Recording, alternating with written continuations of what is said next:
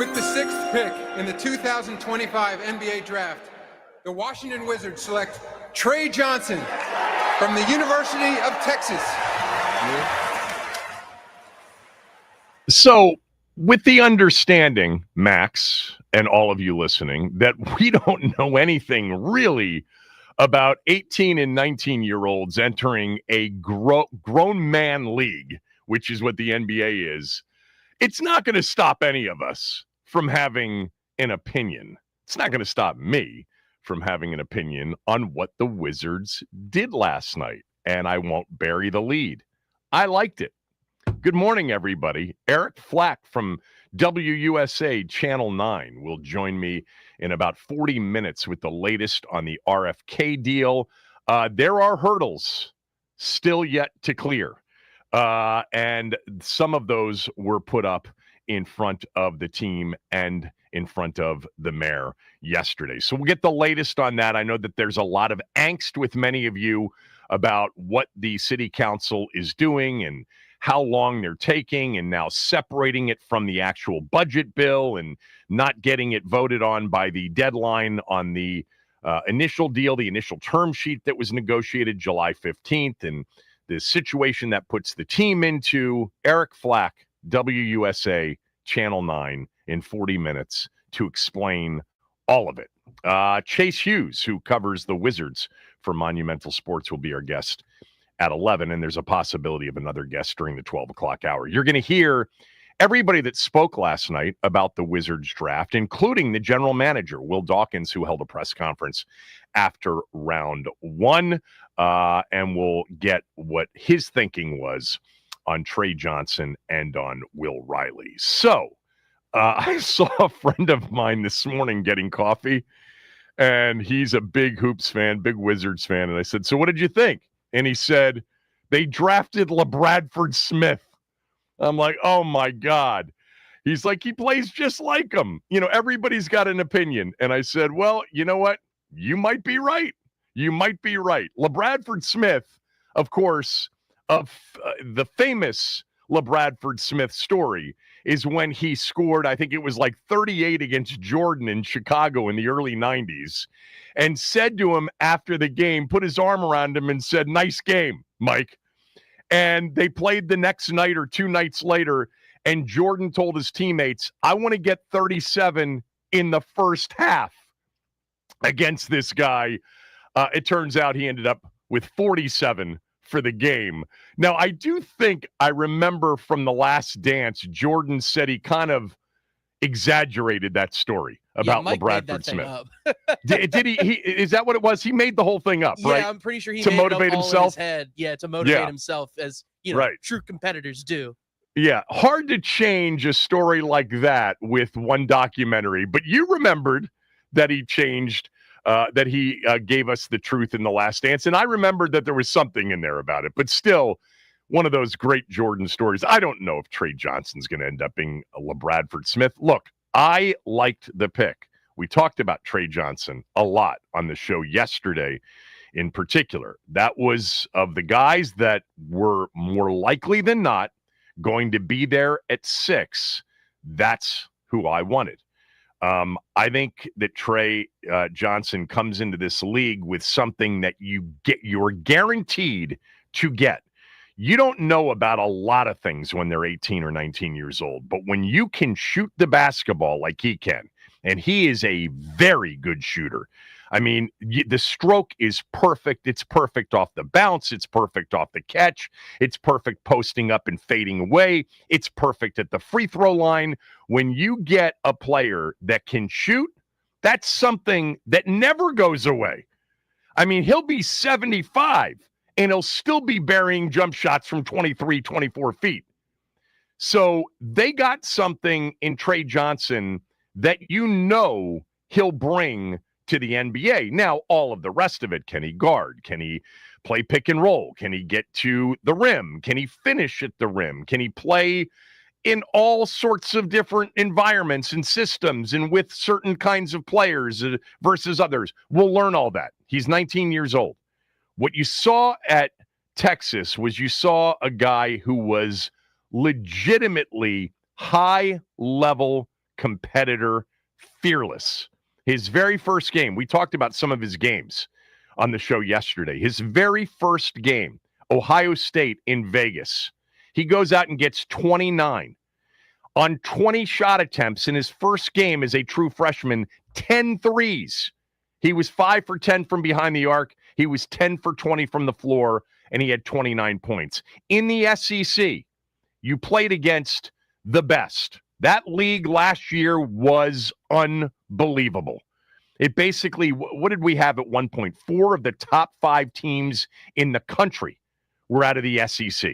You know, Florida, Auburn, Alabama, and Tennessee. I think we're all in the top 5 simultaneously. Kentucky was really good. Ole Miss was good. Texas A&M was good. Arkansas came on at the end of the year. The league was brutal. So he went against the best, and he did well against the best. And yeah, there were nights where he didn't shoot it well. There were nights where he was held down a bit. But this guy, if you watched anything leading into the draft, even if it was just highlights, which does not tell the whole story, you realize that this dude was highly competitive, that he is not only a shooter, but a scorer, and he's absolutely fearless and confident. I don't know what the hell he was wearing last night with the white socks. It looked a little bit odd, but I loved the interview that he did with his father, with Monica McNutt. I thought that was a great interview, and he ribbed his father a little bit for kind of forgetting his age. But I love Trey Johnson. I was not an Ace Bailey guy. Ace Bailey is incredibly talented, but look, we're not going to ever need to, debate that because he wasn't available. He went very surprisingly to him to Utah at number 5, the pick before the Wizards picked. There was a lot of discussion about Ace Bailey on the pregame and during those first picks, the pre-draft process that was not handled well, at least based on how NBA teams viewed it. And that was one of the reasons he had been mocked for 2 years in the top 3 and was potentially falling to the Wizards at 6 or perhaps even further than that. Some suggested that Ace Bailey had a deal in hand, had a commitment from a team in hand, and that's why he ditched the pre-draft process. He was okay going to, say, the Wizards at 6. Well, it turns out he goes to Utah at 5, and he claims there was no deal, and he was surprised and said he had no clue that they were interested in him. So we'll never have to debate unless you feel like they should have been aggressive in trying to trade up. And look, there were stories out there earlier in the week that the Wizards were interested in trading up. We don't know if it was for Bailey. It could have been for Edgecombe. It could have been for Dylan Harper. Could have been for Knuppel. Who knows who it was for? But they weren't able to trade up, even if there was some interest in trading up. They did not have the choice of Ace Bailey and other players. They had the choice of Trey Johnson, if you were a Jeremiah Fears fan, I was very surprised to see Jaeger Demon, the player that I was hoping the Wizards at 18, if they didn't get Derek Queen in a trade up, I was hoping Demon might be there at 18, or they might only have to trade up a few spots. I saw his mocks from anywhere from 12 to 22. So when he went 8, I was surprised. I thought he was the best passer of the players that I watched in sort of looking ahead to this draft. And at 6'8", 6'9", that he was actually going to be able to play point guard in the NBA. He went 8 overall. I doubt the Wizards were going to take him at 6, but who knows? Well, they didn't, because they took Trey Johnson. I love Trey Johnson as a college player, as a one-year college player, as a 19-year-old. I think this guy has a chance to be a big-time scorer in the NBA.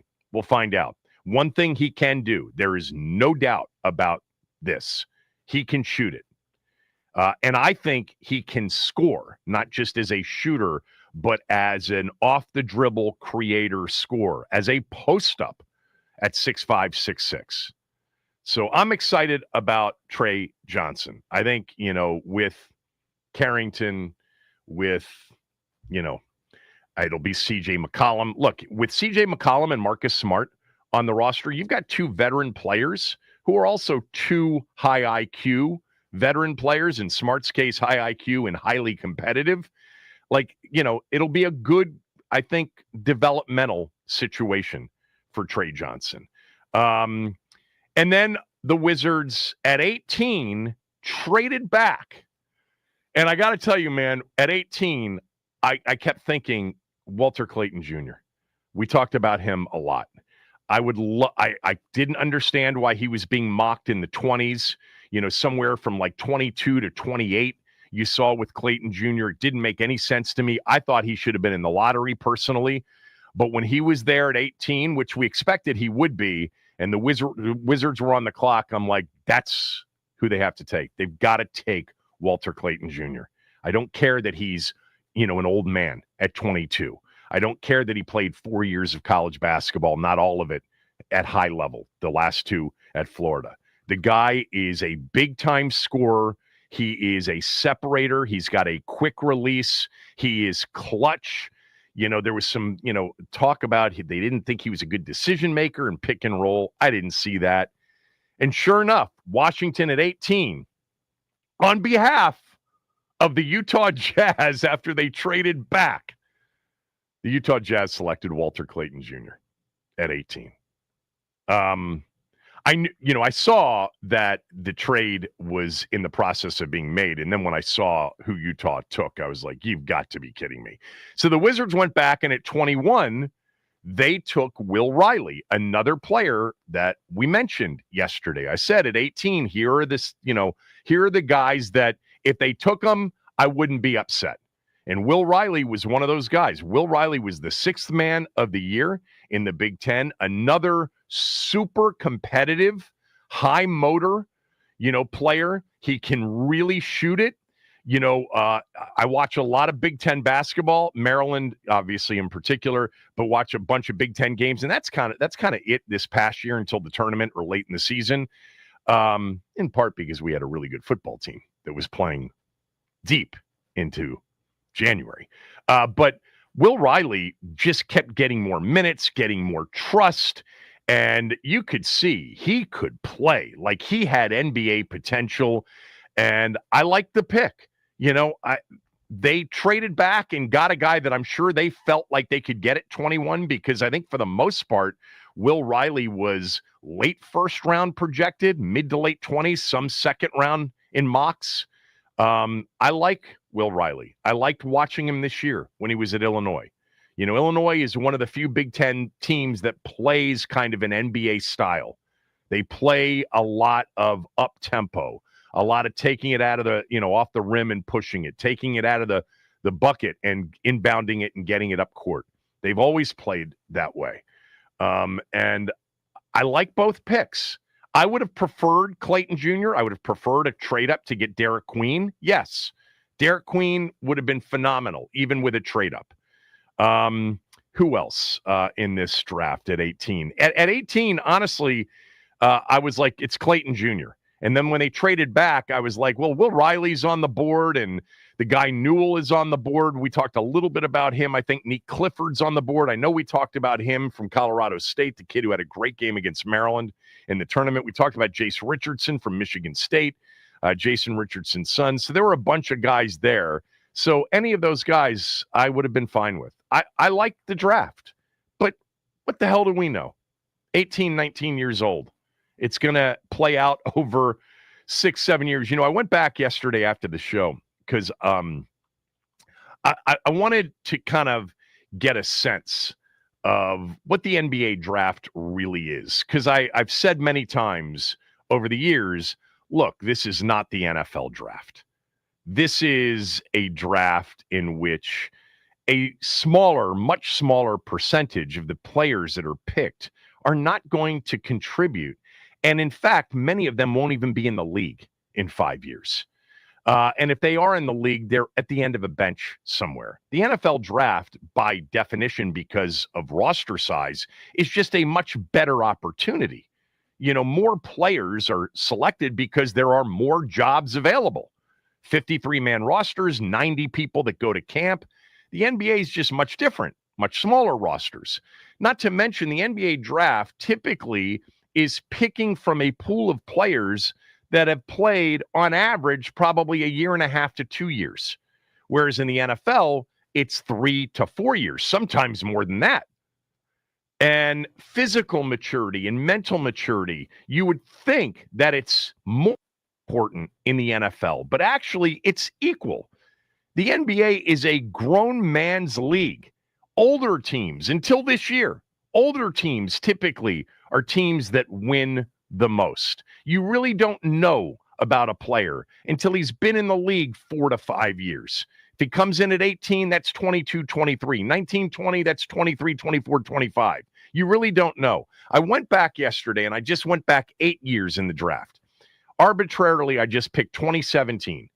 Other years would have matched up. But I'm like, 8 years, when you're coming in at 18, 19, and you're 25, 26, 27, that's kind of the prime of somebody's career. Maybe the beginning of the prime in NBA terms, but it's in the prime.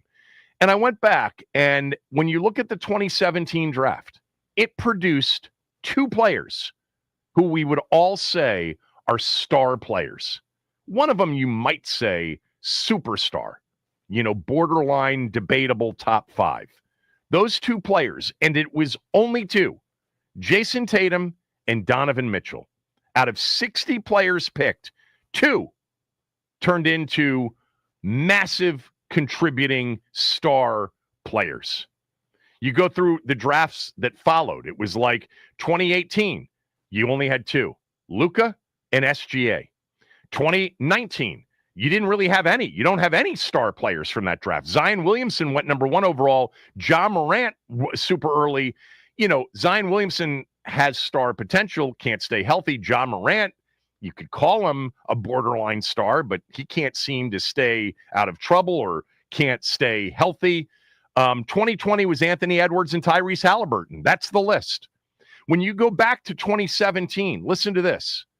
17 of the 60 players, 17 are still in the league playing, getting ready to play or having played their 8th season. 17 out of the 60. 30 out of the 60 were out of the league in 5 years or less. Half the players. So its impact, is legitimate if you can find a player or 2. It's just so hard to find those players. And they come in all manners, all spots in the draft. We know that. Just look at recent MVPs. Jokic 41st in the second round. SGA at 11. Kawhi at 15. Giannis at 15. Steph at 7 overall. The Wizards' goal last night was to be in 5, 6, 7 years, 8 years from now. You look back on 2025 and you say, they got one of the 2. They got one of the 2 or 3 that legitimately turned into a star. They got it number 6 in Trey Johnson. They got it right. Or at 21, they got it right with Will Riley. Turned into a star. Would have been much more fun last night had the Wizards had the first pick. Had they won the draft lottery and been able to select Cooper Flagg. I was thinking about that, and I'm sure we talked about it on draft lottery day after. But if the Wizards had had the first pick in the draft last night, that would have been a massive local story. Massive. Because the Wizards, let's face it, of the 4 professional teams, you can throw in some of the college teams, they are dead last right now in relevance. Dead last. Now, I like what they're doing. I think what they're doing is the right way to do it. It doesn't guarantee anything, but I am on board and was on board when Winger and Dawkins and company came in and said, this is what we're going to do. I am on board for this. And we are now, in our 3rd draft. By the way, they added a 2nd-round pick, so they're back in the draft as part of the trade back with Utah. They also added 2 future 2nd-rounders for the 3-spot drop. So they do have a 2nd-rounder tonight. It's 43 overall. They were at 40 overall. They traded that to New Orleans as part of the Jordan Poole, C.J. McCollum, Kelly Olynyk trade. I like what they're doing. We're in the 3rd of what will probably be 4 to 5 drafts that have to produce either enough ammo to make trades to bring in star players or right before they become star players or land those star players via these 4 to 5 drafts.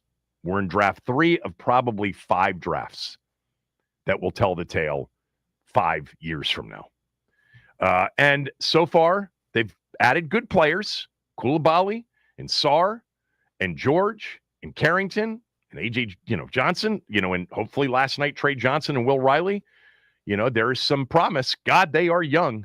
We got a lot of 18, 19, 20, and 21-year-olds. And, if you're interested, then you'll pay attention to this process of watching them play NBA games and seeing whether or not the Wizards got it right from an evaluation standpoint. That's most important. And then secondly, almost as important, player development. You got to be really good at developing these players when you get them. And then you got to be really good at retaining them.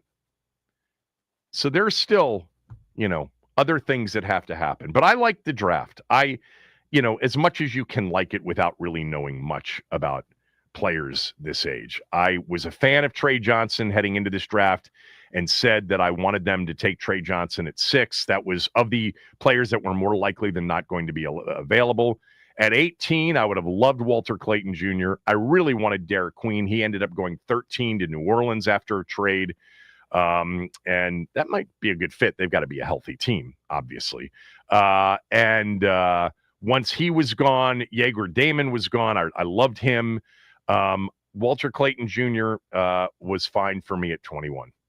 I'm sorry, Will Riley was fine for me at 21, but I would have preferred Walter Clayton Jr. at 18, which is what Utah took after trading up with the Wizards.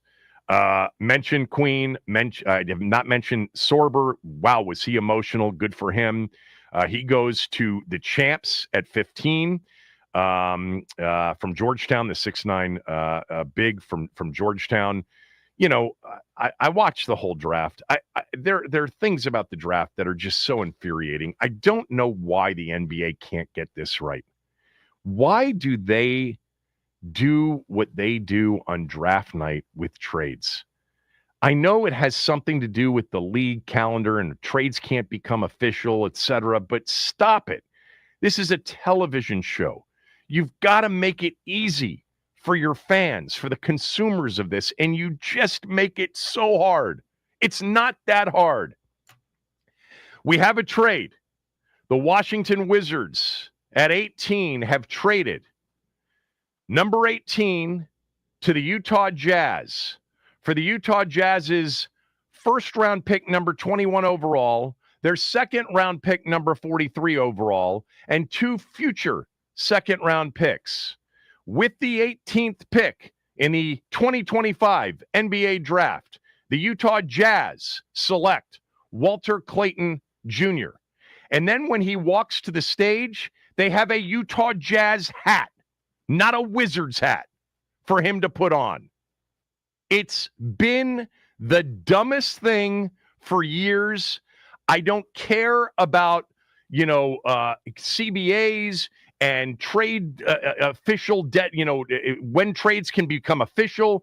It's all so dumb, and it's terrible for the consumer, and it's terrible for their draft presentation. It's terrible.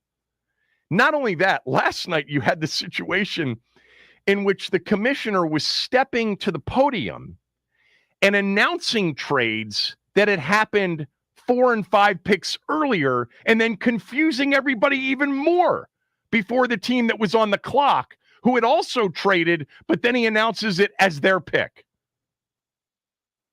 My God, Adam Silver is a smart guy. How he hasn't, gotten together with everybody around the table and said, we got to fix this.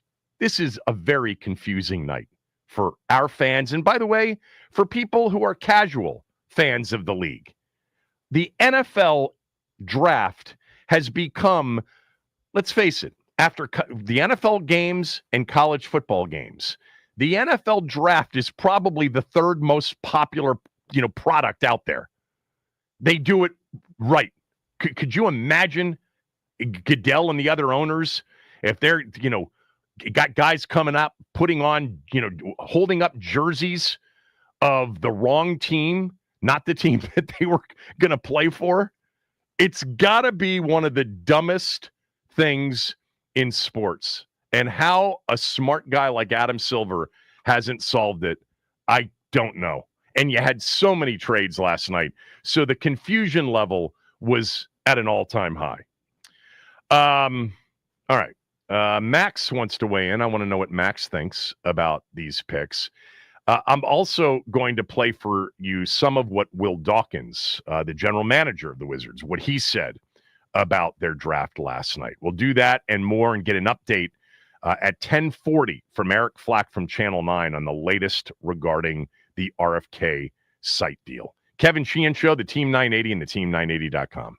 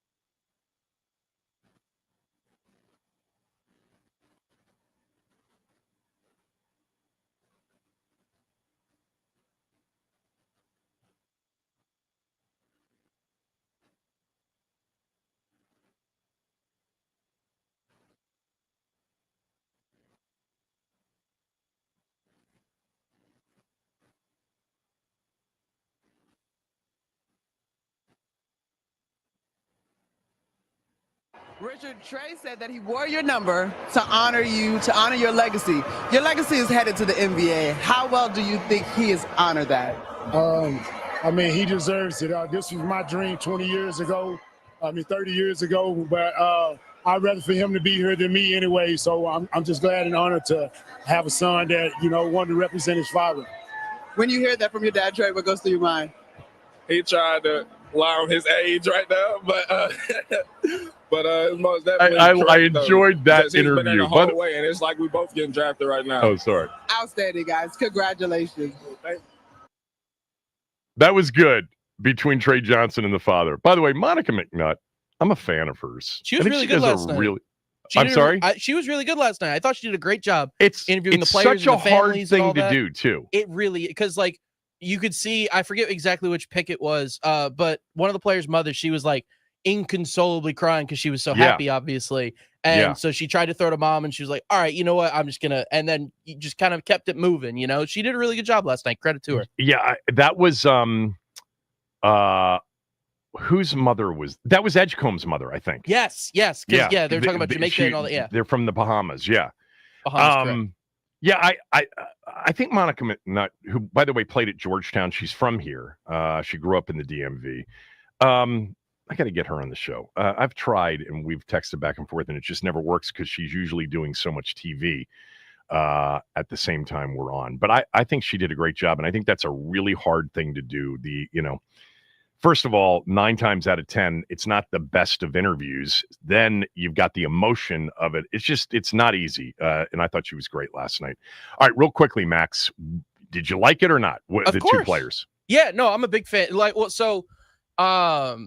Obviously when Will Dawkins and Michael Winger came in, like a lot of people really wanted them to like speed up this timeline, speed up this process. But if you want to do it right, you got to slow things down. And this is what they're doing. They're bringing in guys from all over, like they're bringing in aging veterans to help mentor these young guys. And then they're basically, with all these young picks, they're just drafting Hooper after Hooper after Hooper. So that I'm a big fan of this draft strategy, and it's going to be very fun to watch in the coming years. Were you a big fan of the South Carolina kid's girlfriend? Of course, always. And I was also a big fan of Dylan Harper's mother. But Dylan Harper's mother. Yes, very impressive. Very impressive. It's interesting on a night like last night, what ends up becoming a big part of social media. I've got some good news and I've got some great news. The good news is that Prime Day is almost here. The great news, this year, you'll have 4 days to find deals on all of your favorite things. Shop Prime Day July 8th through 11th at Amazon.com. All right, Will Dawkins met with the media after the draft last night. This was Will Dawkins talking about what makes Trey Johnson the shooter he is. I got to get in front of him and tell him stop sharing house secrets. And he said that it was very memorable that you showed him highlights of plays that he took off. And you want to start that over? Sorry, I missed that. I know you played the wrong one, but sure did. We're going to play number 13. That's right. Play 13. What Here makes Trey Johnson the shooter he is? Here's Will Dawkins. Well, we know that Trey is a really good shooter, particularly accomplished college shooter. But what, if you were to break down his shot, what makes him the shooter he is? The ball going in a lot. And I expect it to continue. If you watch him go through a workout, the repetition, it's the same shot every time. He can speed it up. He can mid-range, deep, 4-pointers. Like, I'm not going to oversell his shooting. Like, this guy does that for a living, and he's going to get paid to do it. It's a repeatable shot every single time. Yeah, it is. It is perfect sort of off fingertips, backward rotation, elbow extended. The release, I wouldn't call it super quick, but it's certainly quick enough. He squares up so well off the dribble or off the catch. Look, when you get a guy that shoots, in the high 80s to low 90s from the free throw line, that is the stroke you want. That doesn't lie from the free throw line. This guy has a phenomenal stroke, and it's fun to watch him shoot it. And at the same time, he plays high-level motor, but is able to slow down off the catch or off the dribble, square up, get his, get his body in the right spot to shoot it. It's fun to watch him shoot. I think it's fun to watch him create. I know that there was some in the build-up to the draft, some criticism of his ability to create space. I didn't see that. Look, there were some excellent defensive teams in the SEC. Auburn, Tennessee, for sure. I thought he was really, really good against the highest level of competition. Now, the soundbite that Max started to play is actually a really interesting revelation from Will Dawkins. Dawkins showed highlights of Trey Johnson not playing super hard. Hear him explain it. And he said that it was very memorable that you showed him highlights of plays that he took off, and it motivated him, and he's still thinking about it, he's continued to think about it. So can you kind of tell us your side of that story? I got to get in front of him and tell him stop sharing house secrets, first off. I don't know if it was highlights, lowlights, or what it is, but when we bring guys in, we make sure that we get a feel for who they are. They get a feel for who we are and spend a lot of time here. And we're not going to sugarcoat everything. Michael and I, it's important to be transparent. There's a lot to like with Trey. But there are some areas he's got to grow in just like every other 19-year-old player. And we'd rather address it on the front end, see if he can improve upon it, see what his answers are. And it was just fun banter conversations. I'd say he had a film session with BK and the coaching staff. It was probably a little nicer than mine. But in both of those, he showed his IQ. And that's what really stood out. His ability to remember plays, his ability to say, what could you have done differently? During the workout, we throw him in positions and offense and the plays that we run and see how quickly he picks up on it. And the guy's a sponge. He has a high IQ. So the film sessions were fun, but he's got to keep that to himself next time. Really interesting stuff. Every general manager, every time they have these interviews pre-draft, NFL, NBA, they're always going to show lowlights. They're going to show the player lowlights and see how the player handles. He said, the answers, looking for the answers, because it's very revealing about character. It's very revealing about the kind of person they are getting. We've heard this over the years, especially at the NFL level. We played, some of the guys' interceptions to see what his reaction was. And it was very revealing, either in a very positive way or negative way. Very interesting. Yes, it was Trey Johnson who talked about the highlights being shown or the lowlights being shown, and he appreciated that. And that was Will Dawkins talking about it and didn't want necessarily secrets to be revealed. But I can't, any general manager, any organization's evaluation of a player pretty much includes, hey, we got to show him what we don't like and see how he handles that. So it sounds like he handled it very well. All right, there was a lot more from Will Dawkins. We'll play some of that throughout the show. Up next, Eric Flack from Channel 9 will jump on with us and give us the latest on the RFK deal. Kevin Sheehan Show, the Team 980, the team980.com. You can also watch us now on our YouTube channel, Team 980 YouTube channel. Subscribe to it and like it.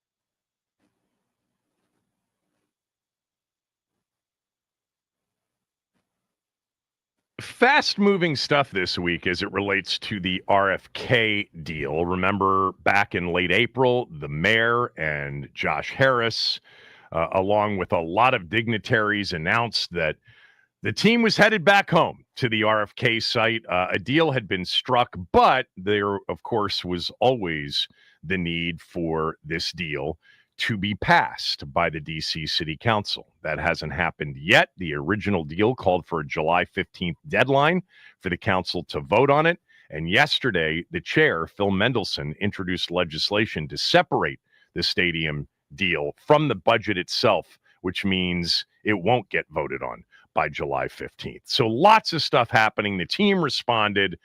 Let's go to our guy, Eric Flack from Channel 9. We bring him on to the show. Of course, Eric does a great job covering a lot of different things for WUSA Channel 9, but a lot of the investigative stuff for all those years with Snyder, and now the stadium stuff. He's been all over at Eric Flack TV on X and on Twitter. So you were on my podcast yesterday, and then more stuff happened after we recorded that. So catch everybody up to speed, from April 28th to where we are now.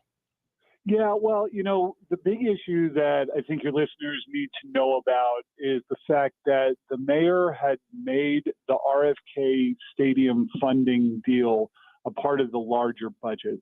And from the beginning, which means the money was all tied up as part of this larger overall budget plan. And there was a lot of criticism from DC Council about when the stadium deal was introduced and announced in relation to when the budget itself was handed to DC Council.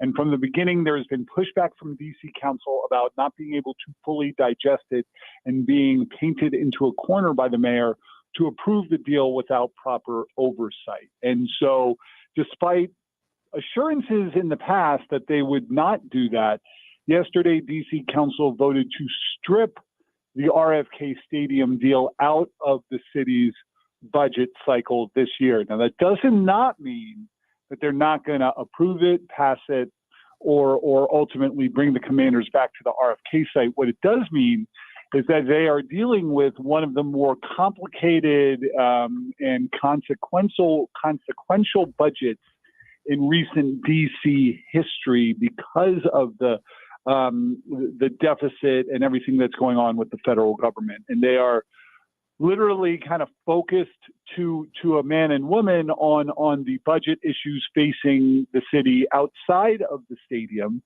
And they have pulled the stadium issue out of the budget to settle the budget itself, police officers, education, violence interrupters, that sort of thing.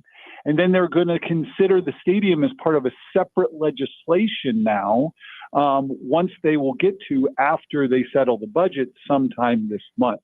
The problem, in the eyes of the Washington Commanders, is that this now threatens their timeline to open the stadium in 2030 and bid on things like having DC and the new stadium be a Women's World Cup site in 2031, because they say every month that DC Council does not approve this stadium pushes back their timeline and threatens everything that they have laid out.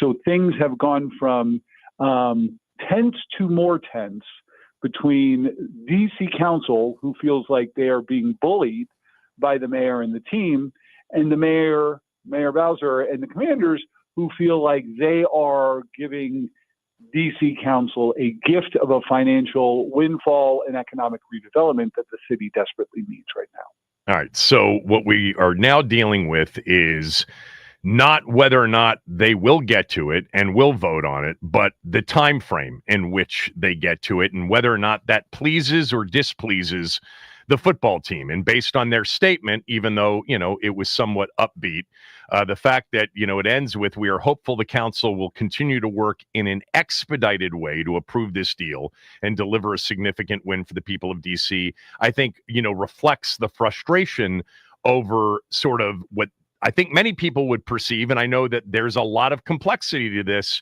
but the perception is, hey, you got this on April 28th. Yeah, you got the budget, you got the stadium. Do both of them within the time frame of July 15th. So let's get to it. When will they vote on it? When will, if it's not July 15th, when will it be, and how much will that impact the team, and what would the team do as a response if it didn't get voted on until well after the deadline? I think a lot of this, we're now in it's all uncharted territory, but really this stadium issue has actually been pretty calm sailing until now. I think what I'm being told is that certainly August, before DC Council would be able to approve a stadium deal, possibly September. And when you start talking about possibly September, that's when the team starts getting really, really upset. They're issuing statements saying, we any substantive delays. The words that they're using in their official statement are any substantive. Yeah, that's the word. Is that a substantive word? Delays. Yeah. Any serious delays. Let's dumb it down for people like me. Any serious delays to approval are going to threaten specifically them bidding on the 2030, being a host site for 2031 World Cup. So my understanding from people close to this is that's September. If it goes past August, I've been told August is kind of the drop dead. What date in August? I'm not sure. But sometime in August, if you get past that, then the team starts saying their timeline is really kind of messed up. I have been told by at least one or two council members that this drifting into September is very much a possibility. The council members tell me the ones I'm talking to tell me quite honestly, look, we don't want to screw this up. We don't want to mess up the Commanders. And there's an idea that if the city is in fact going to spend this much money, that you better do it in a way where you're going to get all the benefits. And certainly being a Women's World Cup, that's a benefit to the city as much as it is to the owners of the football team. So if you're going to spend the money and do it in a timeline which is ultimately going to bring you immediate returns. And so, but the question then becomes, I think on a lot of council members' minds, wait, are they really not going to be able to bid on the Women's World Cup if we approve this in September as opposed to August? Is that really, really going to be the difference? And I think that's where kind of the gray area comes in, is that you've got the team saying, look, we've already condensed the timeline. We're already trying to do this in basically under 5 years, or just about 5 years, if you're talking about from now. But I mean, shovels aren't even in the ground yet. That's all. And so every month or two of delays, and then you get into the winter months where you probably can't work as much. Every month or two of delays over the summer actually, is compounded, or is it this kind of just more, jockeying by the team with the DC Council trying to get their deal passed? And I think that's where kind of the gray area now comes in, is who's right, who's wrong, and how consequential is a month or two more of delays. Yeah, you and I talked about this yesterday, but, the council does have a job to do. I think most reasonable people understand that. And if you're a tax-paying DC resident, and I am, you want the best possible deal for the city, and it's their job to get that. And perhaps by waiting and pushing it off and having a deep understanding that they don't want to go anywhere, they're not going to Maryland, and they're not going to lose the 2031 FIFA Women's World Cup, maybe they end up getting a better deal and they look really good at the end. But the perception right now is bureaucratic snail's pace. How about do two things simultaneously? How about work, 24/7 and over weekends and get this thing done, and let's move on? And I'm not saying they're not. I'm just saying the perception can be left that that's what's going on. And then they would be on this call with you right now, Kevin, and they would say, well, if the timing were so important, why didn't the mayor and loop in the council sooner? Why?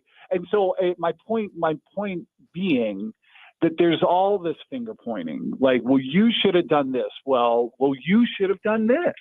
And in the end, we're kind of left with two sides who want to get to the same destination, but are kind of arguing because of politics, maybe because of egos, and because of true true, like, altruistic responsibility to serve their constituents somewhere in there. You hope that it's in there as to like how it's going to be done and how quickly it's going to be done. And then you get to the question of whether the council are really going to ask for, and are the commanders really going to be able to like accommodate that, and who's going to ultimately, it becomes a game of chicken, and who's going to ultimately back down and acquiesce, and are we going to start digging our heels in? And, how much hardball are either side going to play? How much hardball can either side play at this point? Well, post July 15th, based on the term sheet and my understanding of it, the only way chicken is played is if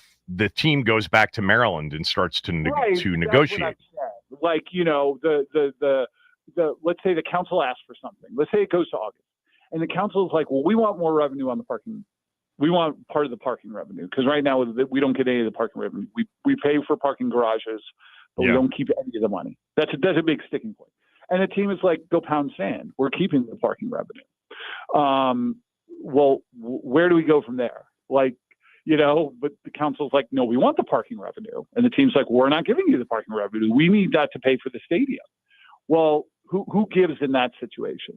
It's things like that. And there's a million little. Do you think that's the number one sticking point, parking revenue? I think that the labor thing, which is really inside baseball, it's really what, union versus non-union stuff. The idea that the mayor has stripped a provision, like if it's government or federal land, you're supposed to use like this PLA, like I forget what PLA, performance labor agreement, but you're supposed to basically use like union folks on like any development on like federal land. And the mayor stripped that or tweaked it to say, yes, for the stadium, but for everything else that's going to be built a lot by Josh Harris and investors in like him, this doesn't apply.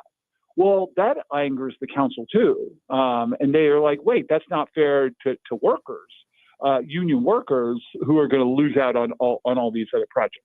I mean, that's another one. I mean, Councilmember White told me he wants the commanders to move their headquarters to D.C. Well, that is part of this deal. That's not going to happen, But what if he digs his heels in? He's like, I want you to move your headquarters to D.C. so we get the full benefit of the Washington Commanders. Well, the Commanders are all set up in Ashburn, and they're investing hundreds of millions of dollars. They could move some of their stuff in College Park to D.C. though, right? What are headquarters, right? I mean, but we're talking about a minimal number of employees, I think. Exactly. Yeah. Exactly. So it's stuff like that. All right. I know you got to roll, but the exit question is two-part. One, give me a prediction on when they vote on this, and two, where is the city council right now? The 12 members of the city council on yes/no votes. So it's okay. First question first. I think cooler heads prevail and they get this done in August, because I think DC Council does ultimately realize that speeding up this process benefits them financially in the long run. And I think the 2031 Women's World Cup is a big deal. That is not too far away. Those are dollar returns that they can see and say, okay, reach out and touch. And because we're not talking about something too far down the road, and I think it's embarrassing that DC is not a site for the Men's World Cup, and and they don't want that to happen again. So I'll say August with that. B, the Post has this count. I'm looking at it. But okay. I mean, people like White, there are some there are the yes votes, which is the McDuffies, the Pintos of the world, like Danita Bonds. They're like, yes, whatever. They're in the no votes, like Nadeau. See, I only count Nadeau as definitely no vote, maybe Allen, but I don't count Mendelson as a no vote. I think ultimately he is gonna, and I think White and a lot of the others that say there are conditions and we're not sure, I think they're ultimately going to come around. I told you yesterday, even Robert White, who I did this interview with, who has major concerns, he's bringing up all these problems, acknowledges, and he gives the analogy of the Louboutin shoes. He's like, my wife, may want Louis Vuitton shoes. That might not be a great financial decision for me and my family, but she wants it. And the kids think she's going to love them and look good in them. And eventually I buy the Louis Vuitton shoes, even though I don't think it's really the best use of our money, because it's just kind of what we want to do. And he says the stadium kind of ultimately becomes that. Are there financial concerns? Sure. But it is pretty clear a lot of the people want it. And we just might have to kind of take our time with how we agree to this, to spending all this money. And I think all those people in that camp ultimately come and find a way to vote for the stadium. By the way, and I got to run and you got to run, and I'm up against a hard break, but would they even vote if they didn't have 7 votes? I mean, anybody can call for a vote at any time. Okay. I mean, it's not up to the commanders or the mayor. This is out of their hands at this point. It's in the hands of the DC Council at this point. All right. Hope you're right. Hope they get it done, in August, and that's satisfactory to the team. Appreciate it, as always, Eric. Thanks. Great job. Yep. Eric Flack, everybody. Investigative, Murrow Award-winning investigative reporter. Chase Hughes covers the Wizards for Monumental Sports. He'll join us next.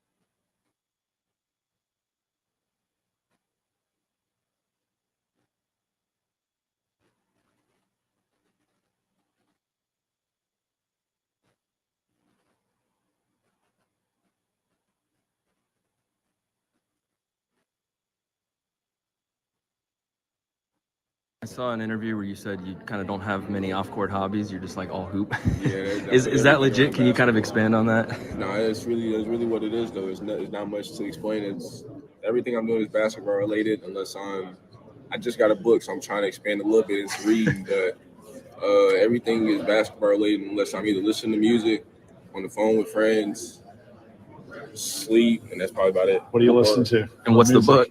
It's a Detroit artist named V's and a little bit of Lucky and J. Cole. Okay. How about the book? I got it. It's called Untethered Soul. Untethered Soul? Yeah, the Untethered Soul.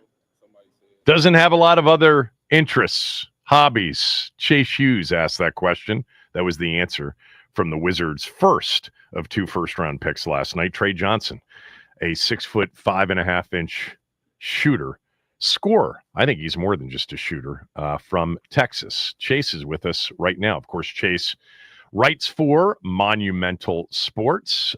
You can follow Chase on X, on Twitter, at ChaseDC Sports. So let's just start. What did you, with the overall takeaway from last night? Did you like what they did at 6 and then 21 after the trade back? What are your thoughts on Trey Johnson and Will Riley? I did. First of all, it's funny you play that sound. He's going to make my job a little bit harder because, that is my job to kind of find out what these guys are like off the court and tell stories about them. So it's no big deal. I'll figure some things out. But, yeah, in terms of Trey Johnson starting there, I think you have to like the value at 6th overall and the fit.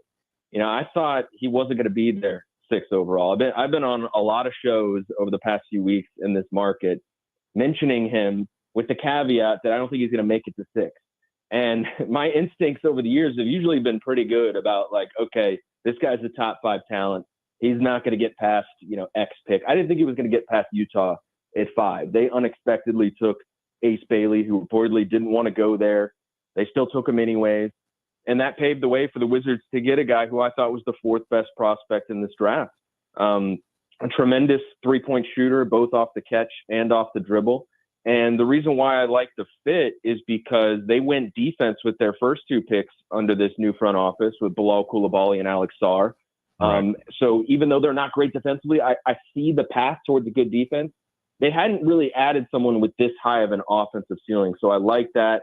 And then Will Riley, I think, is just taking a big swing for the fences. I don't expect him to show, all of his talent in year 1, but he was a big-time recruit going into college. Maybe 3 years from now, that looks like a lottery ticket that hit. There were reports, Chase, earlier in the week that the Wizards were reaching out to teams in front of them with the, desire potentially to trade up. A, do you think that's accurate? B, who do you think they were trading up for?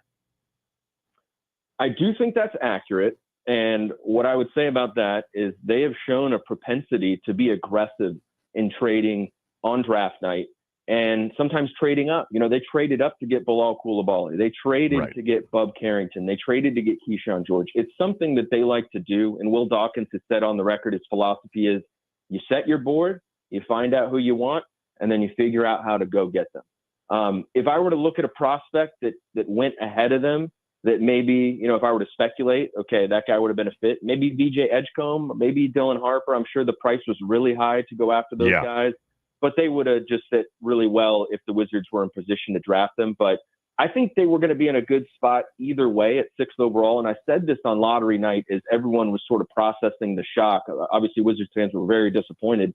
I said, well, this is a team that needs offense. They were 30th in offense, and all the guys in their range present really high offensive ceilings. If it wasn't Trey Johnson, maybe it was going to be Ace Bailey. Maybe it was going to be Jeremiah Fears. At the time, I thought Derek Queen was a distinct possibility. All those guys, I could see them becoming 20-point per game scorers down the road. Now, obviously, all of them won't be, but they have that potential.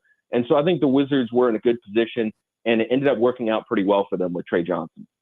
If Fears had gone to Utah at 5 and Bailey had been on the board, do you think it still would have been Trey Johnson? It's a close call. I think they liked Ace Bailey. I think he fit and a lot of what they like. I think he checked off a lot of boxes for them with the positional size and the shooting and the athleticism. So, they didn't encounter that scenario. I could have seen them going with Bailey if they had the option.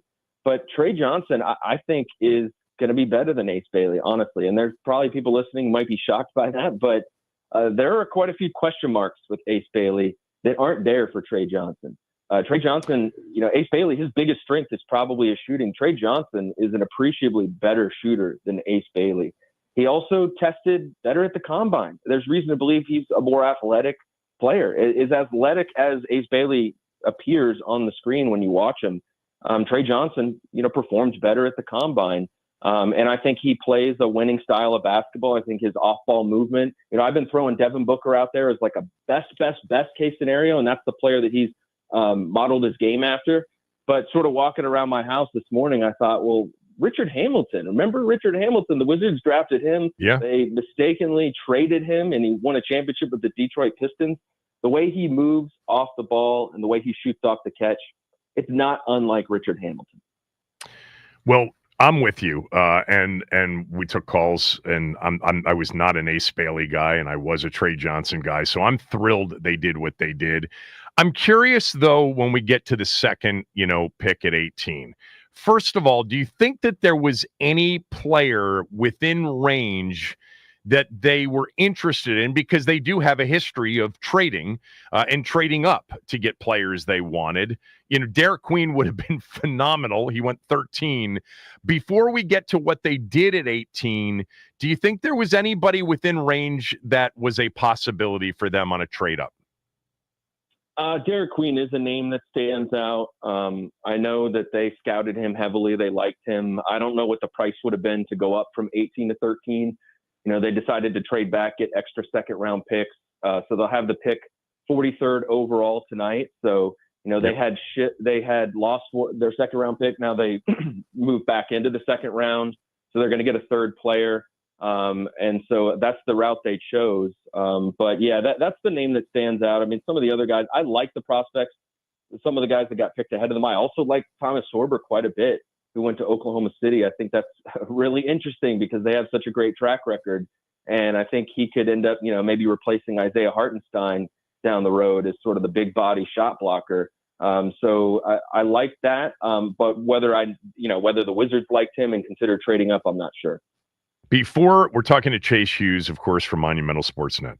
Before we learned that they had traded back with Utah, what were you hoping they would do at 18? When we got to 18, before you knew they had traded the pick based on what was on the board?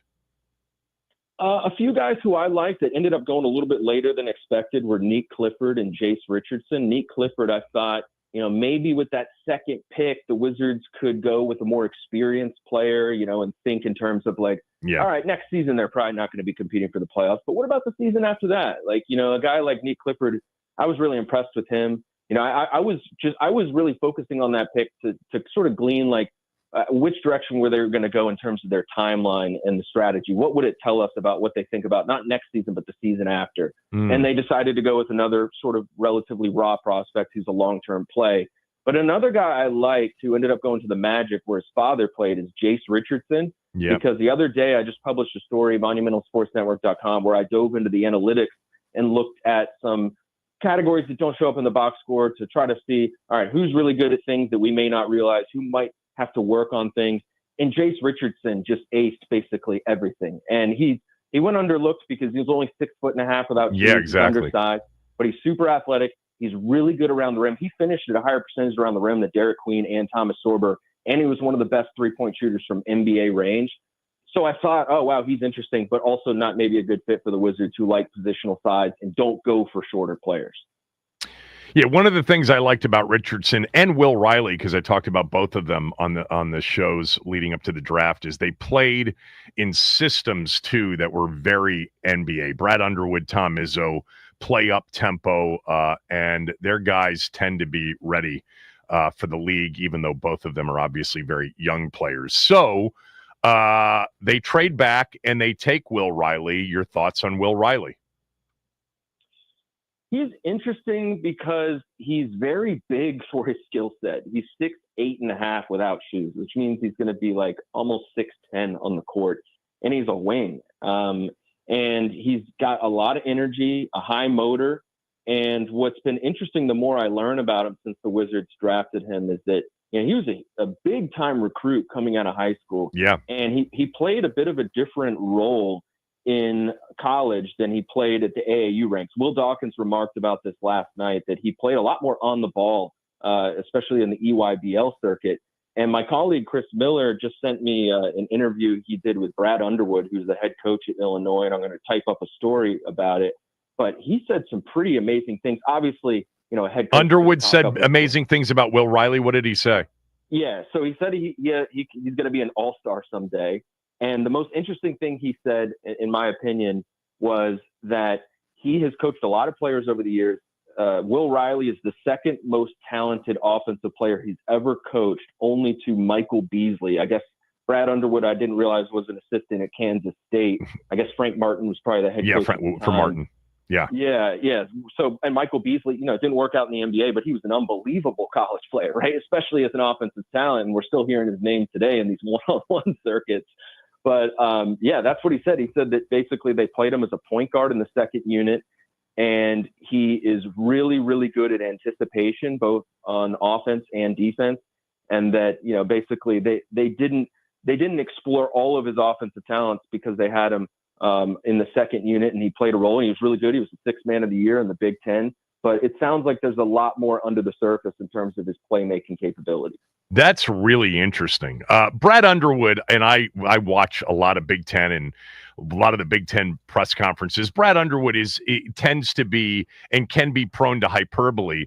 But what was true about Will Riley down the stretch is he was basically playing starters minutes, and he played really well in some of their big games, including their tournament win against Xavier, and just became more noticeable as the season went on to anybody watching Big Ten and Illinois in particular. All right, so they do have 43 tonight, so they're back into the second round after dealing the second rounder to New Orleans as part of the Jordan Poole deal the other day.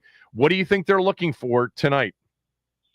I think it would make sense if they picked a big man. They've gotten a lot of wings, a lot of guards. They do have Alex Sarr and Tristan Vucevic, and Rashawn Holmes is, under contract. They could go out in free agency and get a big man, but they could also probably use another big man in their development program to balance things out. And the best players still on the board are big men. Now, whether they're still going to be there at 43, I'm not sure. But Maxime Reynaud of Stanford really stands out to me. He's about 7'1", played 4 years in college, really developed his three-point shot. Great motor, great aggression, especially on offense. I mean, that guy, he just jumps off the screen, how he attacks the rim, how he can make plays off the dribble. Rasheer Fleming of St. Joseph's, I'm really surprised he didn't go in the first round. He's one of the best shooters in this draft, one of the more versatile players in this draft.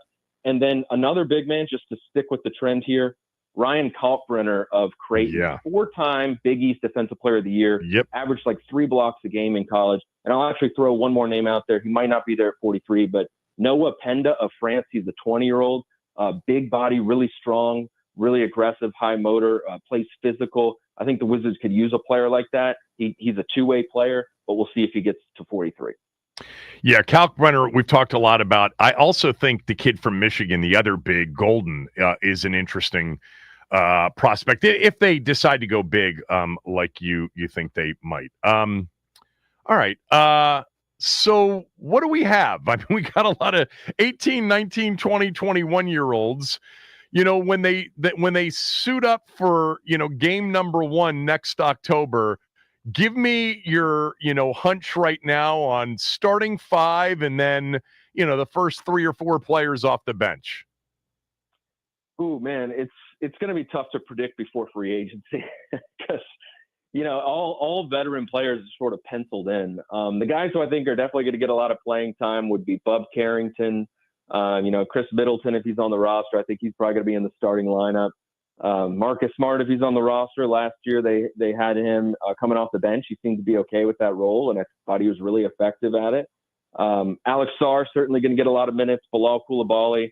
After that, I have some question marks. I wonder, now that Will Riley's in the mix, is there going to be a little bit more competition? Keyshawn George, I thought really played pretty well last year, but Me too. His shooting percentage was sub 40 from the field.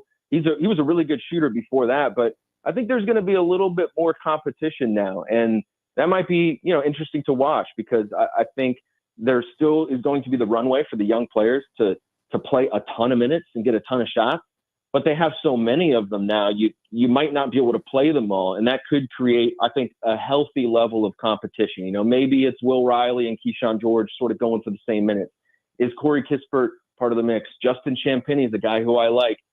There's a lot of names I could throw out there, and I think that there's just a few young guys who I feel confident will get minutes, and then after that, it's anyone's guess. If you can't speak to the trade the other day, just tell me you can't. I know that it's not official until early next month. But if you can, what did you make of it? And what do you think the goal is? To be active in free agency next summer, or just to create a ton of flexibility next summer?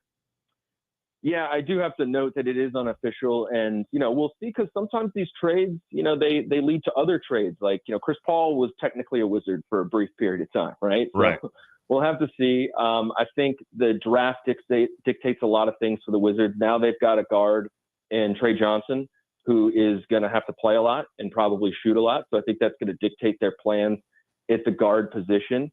But it looks like the Wizards are really favoring salary cap flexibility.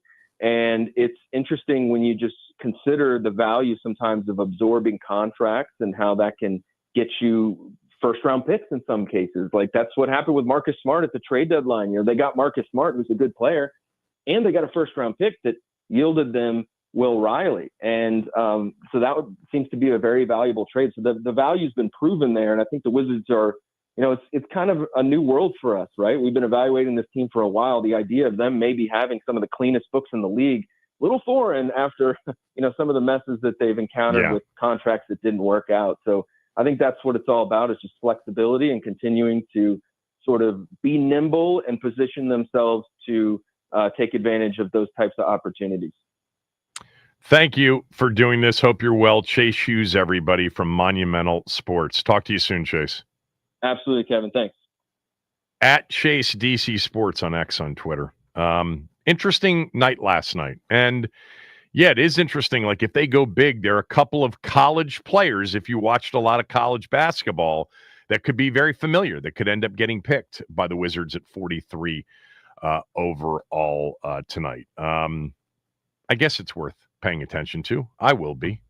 If you want to weigh in on what the Wizards did in round one, Trey Johnson, Will Riley, did you like it? Didn't you like it? Who would you have rather seen go at 6 or at 18 or at 21? Phone lines are open. 301-230-0980, 301-230-0980. Wizards draft recap thoughts, what you liked, what you didn't like. Phone lines are open. We've got more Will Dawkins, too, when we come back. Kevin Sheehan Show, the Team 980, the Team980.com. We're free and live on the Odyssey app. And don't forget, we have the Team 980 YouTube channel where you can watch this show and Craig Hoffman's show from 4 to 7.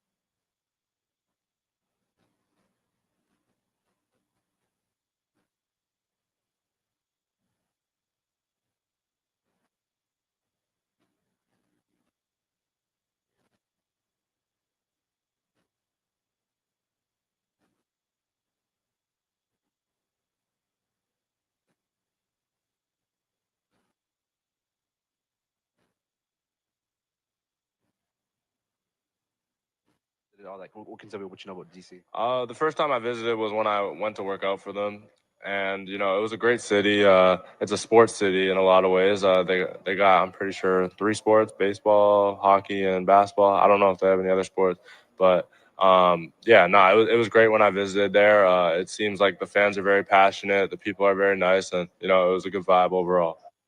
That was Will Riley, who is unaware that our city has an NFL team.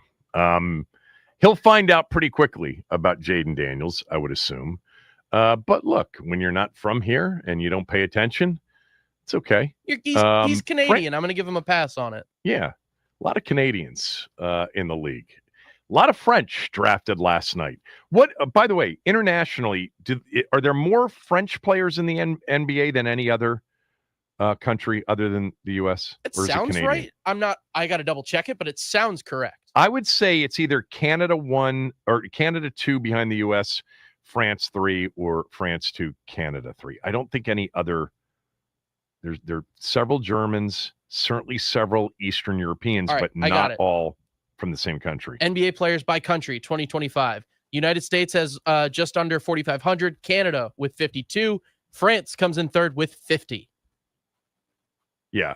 First of all, there aren't that many players in the NBA the numbers you just came up with. Also true. Oh, historic players. Oh, historic. Yes. Okay. Active is 453. American, 25 Canadian, 14 French. 25 Canadian, 14 French. What's third? French is third. Serbians are that's not the right order. Australians more than Serbians, 12-6, and then I believe that 9 Germans. Yeah, that's kind of where we get to like 2s, 3s. Send me the list. Yeah, I'll send you. Yeah. I'll send it. I want to look at that list. Just shoot it over to me. Gotcha. By the way, Fran Fraschilla, who I've always respected as a very good basketball analyst on ESPN, he's been a big international guy as a scout and as a media analyst of a lot of what's happened internationally over the years. He tweeted out the following about Trey Johnson last night. He said, number 6 selection, Texas's Trey Johnson scores in his sleep. Great shot creator and deceptive playmaker for a scorer. Longhorn coaches told me he was the biggest basketball workout junkie since Kevin Durant. I saw that last September. Wizards are OKC Thunder 2.0 under Michael Winger and Will Dawkins. Now have a plethora of good young players for the future and an improving salary cap sheet. That from Fran Fraschilla.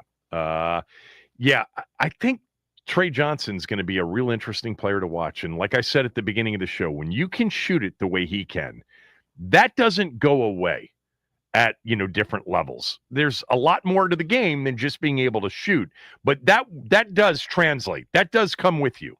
The ability to shoot, the ability to go get buckets.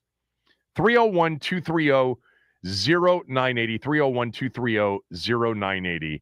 Was it a good night for the Wizards or not? Why or why not? Phone lines are open, 301-230-0980. But before we get to some of your calls, I do want to play some more Will Dawkins sound.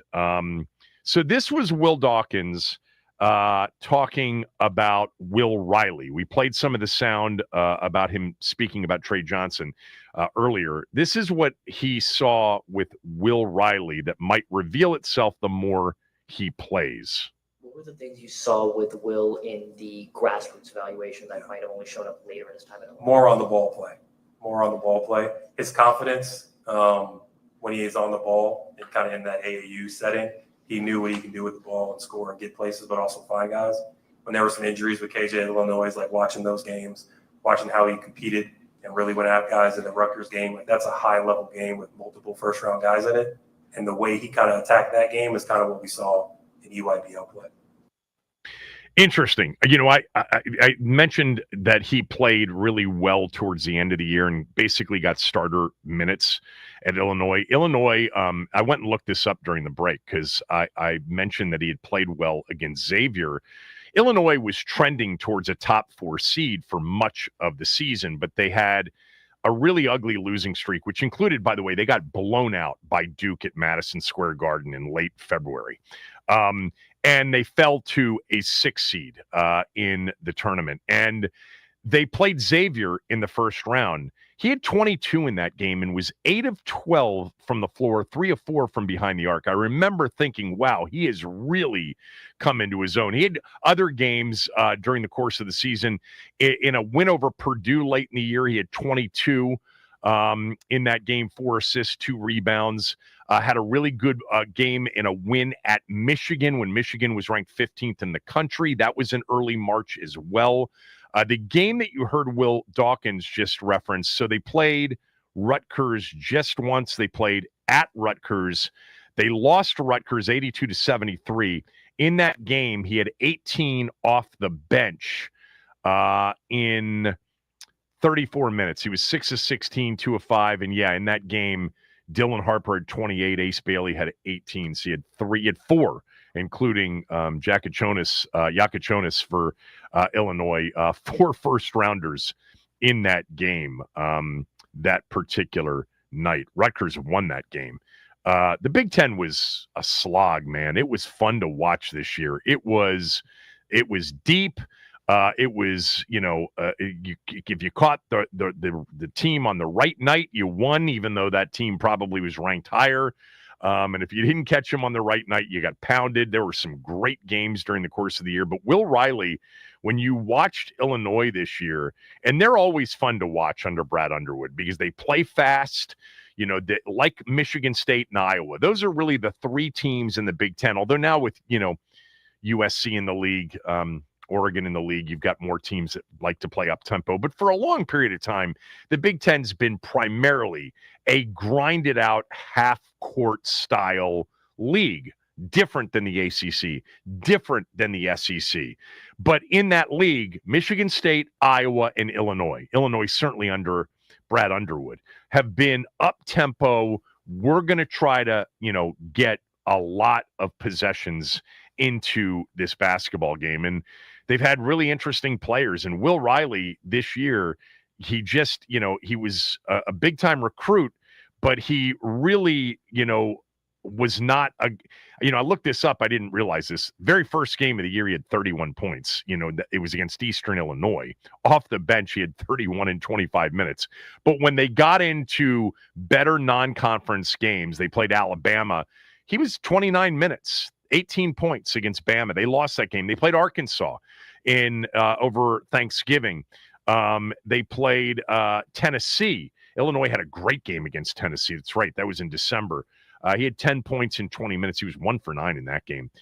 Missouri they beat. And then you got into the Big Ten. I think it's interesting what people are saying about Will Riley. And you heard what Chase said to us about Chris Miller's tweet. Hold on. Where is it here? Chris Miller, of course, the Wizards play-by-play voice. Chris Miller tweeted out last night that he just spoke to Illinois head coach Brad Underwood on Will Riley. Quote, he's a very high IQ player, but he's one of the elite hard shot makers I've ever coached. Just has the ability to put the ball in the basket. I was fortunate as an assistant coach and coached Michael Beasley. That was when he was at K-State, I think, with Frank Martin. And I've said, Will's the second best offensive player that I've ever coached. He had Terrence Shannon last year. He's had some really good offensive players, at Illinois in recent years. That's quite the statement. This was Will Dawkins talking about the young guys getting their share of minutes next year. Here's what he said. It would seem to me that you are now in a position where the young guys are going to get the bulk of the minutes going forward. Am I reading that right? Probably not completely on that one. I think you're right. I can't completely comment on everything we did yesterday.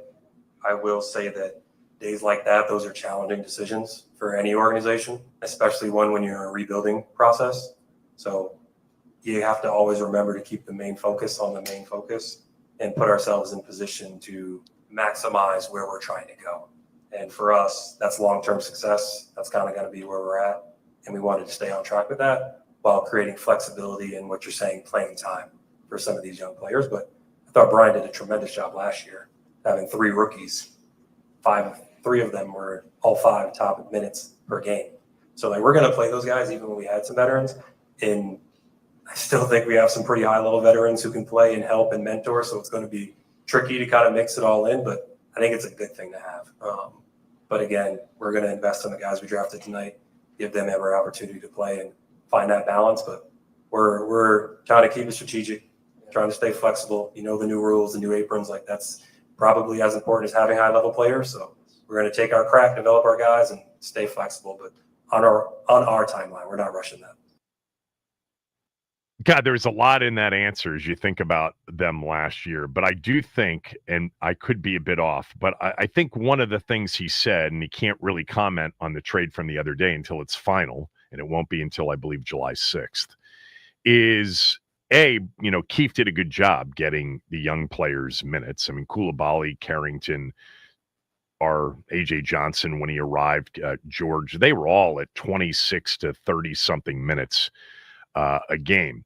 But Jordan Poole was the leader in shots taken, usage rate.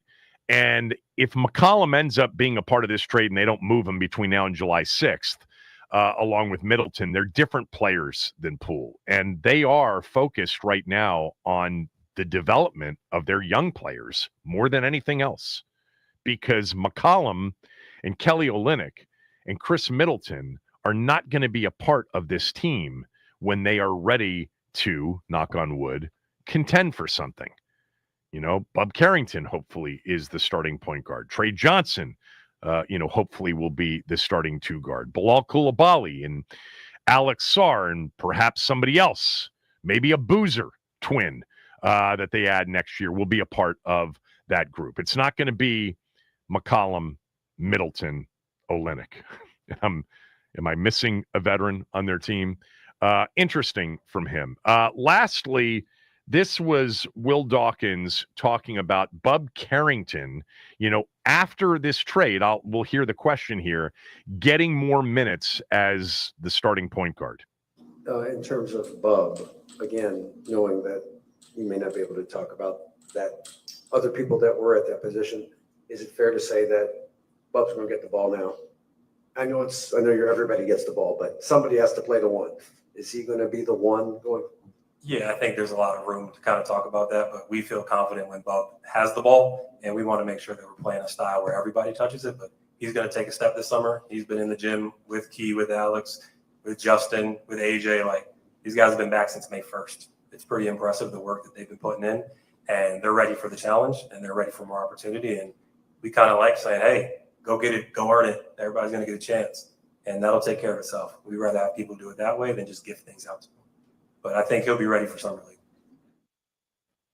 You know, the more that's the first time I've heard that soundbite. And obviously moving on from Poole is also kind of, like I said the other day, it's going to give now more of the focus, more of the minutes, more of the usage, more of the shots to those young players, specifically a guy like Bub Carrington. I think what we've learned over the last few days, and maybe some of you knew this already, is that they probably have more confidence in Bub Carrington being their starting point guard moving forward out of all of their young guys than anything else. I'm not saying that they don't think that Bilal Koulibaly is going to be a really good high-level defender and a contributor, and Alex Sarr might be a stretch for all we know. But I think that, and again, some of you that are following it more closely than I, and I'm a big fan of the team, but this year didn't watch nearly as much as I've watched in previous years. I think the big takeaway for me, and maybe this isn't a big reveal for many of you, is that of their young guys currently, before last night, Carrington's the one that they've got the most belief in moving forward. And look, he had some really good games. If he hadn't made that game winner against Miami in the season finale, I think they would have had the 5th pick in the draft last night, not the 6th. Who knows? Maybe they would have had Ace Bailey I'm glad they ended up with Trey Johnson. That was my preference of the two. But man, he played awfully well in the month of April in particular. Averaged 17.6 points per game over the last 7 of the season, 7 assists, 5 rebounds, shot 39.3% from behind the arc, 44% overall field goal percentage. Played some really good basketball over those final 7 games. Had some really good games during the course of the regular season before that, too. But the minute count went up. He was playing 40-plus minutes over those final 7 games, and I think 4 or 5 of those final 7. All right, 301-230-0980. Good night for the Wizards, bad night for the Wizards. Your reaction to Trey Johnson at number 6 overall and Will Riley after trading back to 21. Wizards fans, if you want to weigh in on the phone lines, we've got lines open. 301-230-0980. We'll take your calls next.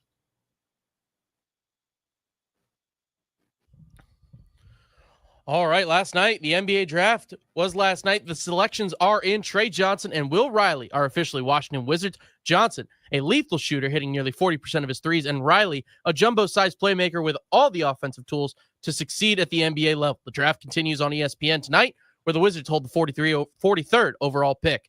The Tampa Bay Buccaneers have re-signed head coach Todd Bowles and GM Jason Light to multi-year extensions. Todd Bowles has been extended through 2028, and Jason Light will continue his role as GM as he enters his 12th season with the team. The Nats, they fall to the San Diego Padres yesterday by a score of 1-0. Mackenzie Gore with 6 innings pitched, giving up only 5 hits and 1 earned run.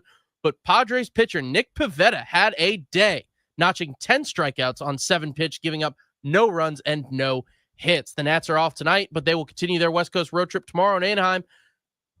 On the Fan. This update is sponsored by the Team 980 YouTube page. Just open the app, type in the Team 980, hit subscribe. Kevin Sheehan is live from 10 to 1, and Craig Hoffman from 4 to 7. Don't forget to like the stream and turn on notifications to stay up to date on all things DC sports. And that is what's trending.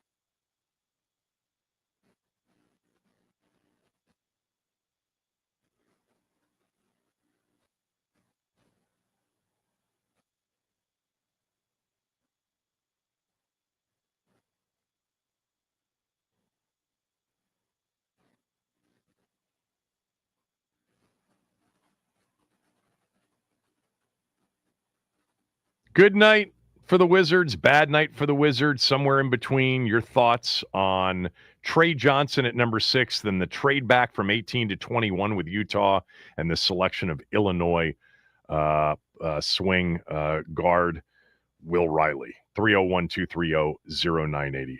I liked what they did last night. We talked about the players that could be there at 6. That was the player for me of the players that were more likely than not to be available. That's who I wanted them to take at number 6. I really would have loved the combination of Trey Johnson and Derek Queen if a trade up and a selection of Queen was possible. And when we got to 18, Walter Clayton Jr. would have been a great pick. But, in talking through the Bub Carrington thing, I don't think scoring point guard was really on their list. They've got the guy I think that they believe is going to be the guy for the next decade in Baltimore's own Bub Carrington. And look, putting Derek Queen onto the team with Carrington would have been nice. I like Will Riley. We talked about Will Riley as one of those guys that could be, in the mix at 18. And let's see what they do tonight. 301-230-0980. Bones. Bones, you're first. Go ahead, sir. Hey, my main man, Kevin Sheehan. Shout out to my man, Matt. Hey, Kevin, I got the same, I feel the same as you do, in regards to them picking Ace Bailey at 6. A lot of people on the X was, talking about Ace Bailey and all that. I didn't want them to get Ace Bailey. I agree with you. I wanted Queen, but my main one was Malawak. I wanted Malawak. Yeah. But we didn't get Malawak, but I'm pleased with Trey Johnson because I see a lot of upside with Trey Johnson. So now, in the near future, we got to get us a big man, to go along with Saul and Vucevic. But I like this team. I like what they're doing, and I see what they're doing. A lot of other people might not can't see it, but I see it. You got a nice little mob. Koulibaly, Carrington, A.J. Johnson, Trey Johnson, and then the boy Riley. That nice little running mob right now, and I'm ready to sit back and watch this thing cook because we got something cooking right now. So that's where I'm at. I'm really pleased with it. It's getting ready to start cooking. Just hold your seatbelt, hold on tight, and enjoy the ride. Thanks for taking my call. Love y'all, man. Bones. Peace. Appreciate it as always. Yeah, they're doing the right thing. They're loading up with very young players, very talented players with big upsides. I think we are in the third of what will likely be 4 to 5 drafts worth of very young players. And the hope is that they end up with a superstar out of these drafts, and then B and C, a really good borderline all-star and an outstanding third piece so that they can contend. But when you're talking about the NBA, what Oklahoma City did this past season, going from 24 wins 2 years ago to the NBA title, that's an aberration. That's not really the likely result. The likely result is if the Wizards get this thing right and if their player development is right, if they are able to retain them in a responsible way, we're talking about 4 or 5 years from now. That's really what we're talking about. 2028, the 2028-2029 season is a 44-win season. And then 29-30 is 50 plus and you're contending. Lap, go ahead. Hey, what's up, Kevin? Thanks hey, Lap, how are you? Call, man. Yep. Hey, so, we was on the Trey Johnson thing from the beginning because I was saying if Trey Johnson wasn't available, I wanted Derek Queen, and then we could have got Clayton or Clifford. And, we ended up getting Clayton anyway and trading it away. And I know you had mentioned Riley, so he seemed like he got good upside, you know what I'm saying? And but I'm happy with it, man. Even though I wanted Derek Queen, I'm really happy we got Trey Johnson because that's who I wanted first. My only concern, Kevin, is I really want these players to develop. And I still think we need a really good coach. I think we need a really good coach. And I'm with you, in the next couple of years, man, we could probably make some noise and hopefully we get a good draft. Hey, Kevin, wouldn't it be dope if we got Gilbert's son, man? Yeah. I think that would be awesome. I'm gonna tell you why, because we get robbed from Gilbert, you know what I'm saying, the gold gun thing and the injury and everything, and we didn't really get all of those years we could have had with him. So if his son come here, man, you know how big that would be, you know what I'm saying, for this area. And then, you know, they just did that 20-year Wizard, you know, reunion thing a couple of years ago. So, I mean, and I think it would be nice to see Gilbert in a, you know, in the arena again. So, man, that Yeah, would be dope. didn't But, his the son? draft I'm was looking it up really right now. good. Wasn't he injured in some sort of accident recently? He's fine. I'll be watching He his is fine? podcast. Yeah, here it is. He's fine now. Yeah, I think he's Yeah. practicing and working out and stuff too. Yeah, I think he's doing Yeah. it. Yeah. And But I stay away from he's them going to play at soccer SC. trucks, man. They He's playing at dangerous. USC this year, right? Yeah, USC. Yeah. Yeah. Okay. And then Thanks, you Lap. got Boozer. Oh. Yeah. Yeah, the Boozer twins, I think it's Cameron. He is potentially number 1, number 2 next year. So you're going to get another, 20-something win season, another shot at a very high draft pick. Let's hope lottery luck turns their way next year. Not that means anything, as we've seen. And you add another couple players next year, and then you can really start thinking about, the offseason next year with all of the cap flexibility, and would they actually be in position a year from now after a 4th draft, very high picks, multiples, and they've set themselves up with picks, moving forward, cap flexibility. They're doing it the right way. You really can't argue with this process. It doesn't guarantee anything, but who the hell wants to win 40, 41 games and be out in the play-in round every year? It's no way to go through life as a fan. And it took too long for them to get to this idea. They should have traded Bradley Beal earlier. They should have never given him a no-trade clause.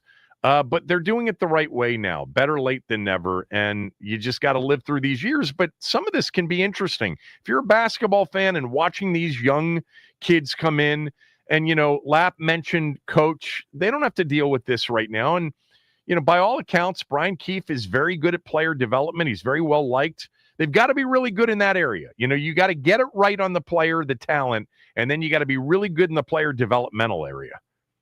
Clark, Chief, everybody else on hold. We'll take a few more calls. 301-230-0980. We've got a line open. Was last night a good night for the Wizards? Not a good night. What are your thoughts? What would you have liked to have seen them done that they didn't do? Phone lines are open. We'll do a little bit more on the Wizards' first round last night when we come back. Kevin Sheehan Show. We are, of course, on the Team 980 and the team980.com. We are also on the Team 980 YouTube page. You can watch the show there, like it, and subscribe to it.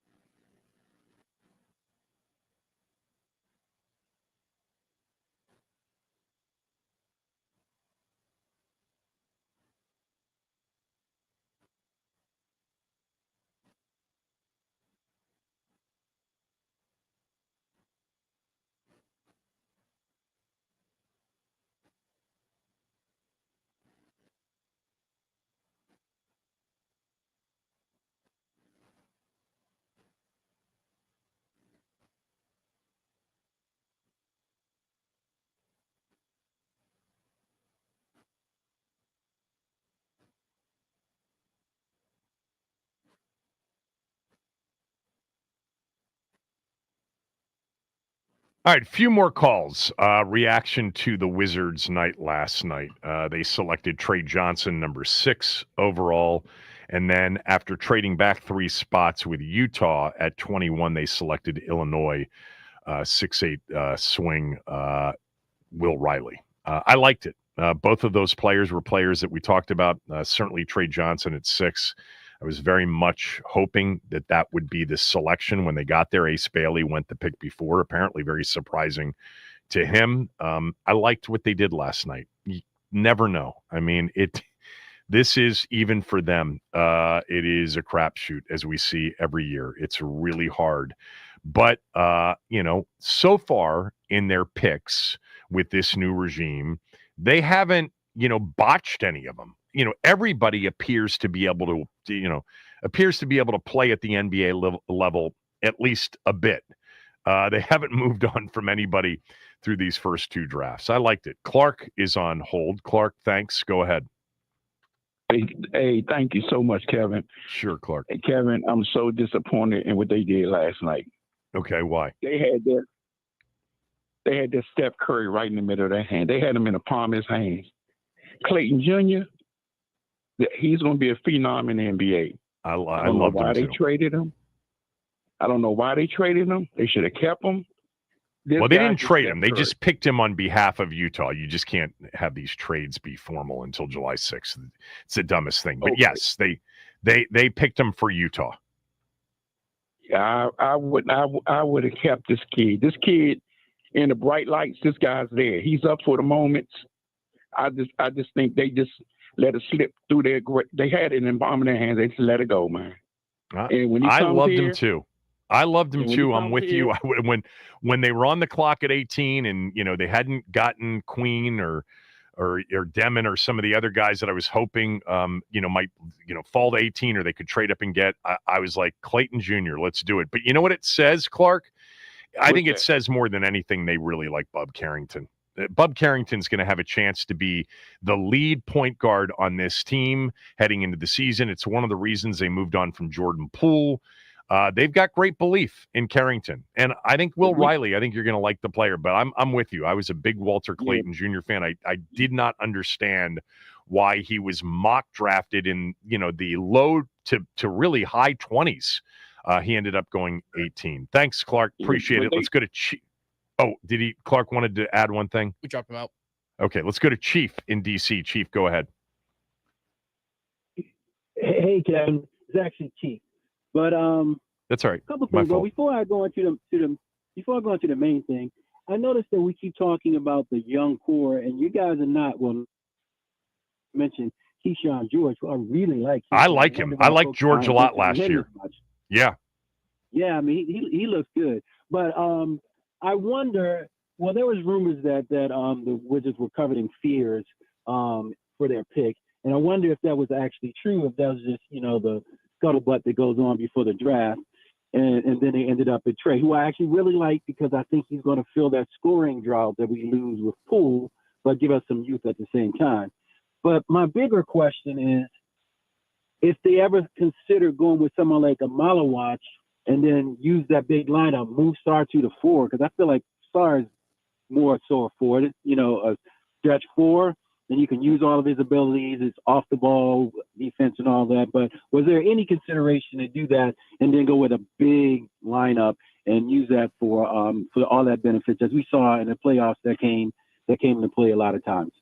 Yeah, except for the fact that it was really hard at times for Hartenstein and Chet Holmgren to be on the floor. They started that series with Hartenstein on the bench. It's really hard in today's game to play two bigs simultaneously, even though OKC's two bigs were slightly different and that Holmgren could actually play on the perimeter offensively. I have no idea if Malawatch was a guy they wanted. Fears was there for them. So Fears was available for them, and they took Trey Johnson. But I did ask Chase Hughes, who was on with us earlier in the show last hour, the reports earlier in the week that the Wizards had inquired with teams above them about trading up for somebody, and he believed those reports to be true. And I said, well, who was it that they were perhaps going after? And he mentioned Edgecombe and Harper. Harper would have been very expensive to get to number 2. And I don't think San Antonio was going to be willing to move off of that. Were the Sixers willing to move off 3? Who knows? But he didn't necessarily mention Ace Bailey. It would have been interesting if, say, Fears had gone to Utah at 5 and Bailey had been on the board with Trey Johnson at 6. What would they have done? I have a feeling they would have gone with Trey Johnson. I think there was just a lot of stuff around Ace Bailey. We talked a lot about it. I know I got hung up on the game that he had against Maryland, which was as bad a game as you could imagine for, a top 3 projected pick in the moment. And Derek Queen completely outshined him, had 29 and 15. He went to the bench and he was sick and didn't come back into that game. There were other games where you watched him and he was just very casual at times. There were also games in which he played in which he was an absolute stud, a star. I mean, he is talented. But the pre-draft workout process, interview process was not smooth with him and his team. So I don't know. I think would have been interesting had Bailey been there. Somebody like Fears had gone before Washington to Utah at 5, what they would have done. I think Trey Johnson is a really good pick for the Wizards. I mean, again, sitting here based on a year of college, that's what we think now. Who knows how it will play out. But I liked what they did last night. Keith in D.C. Keith, go ahead.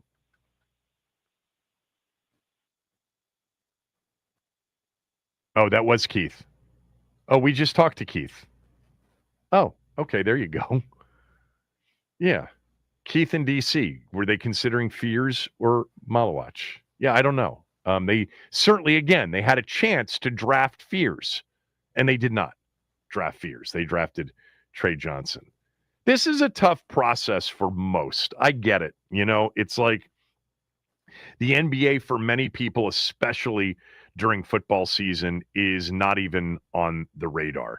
And a town like ours with a team that hasn't contended in 46 years, near a half century, there aren't a mass hardcore group of Wizards fans. I think there are, many NBA fans in our market for sure.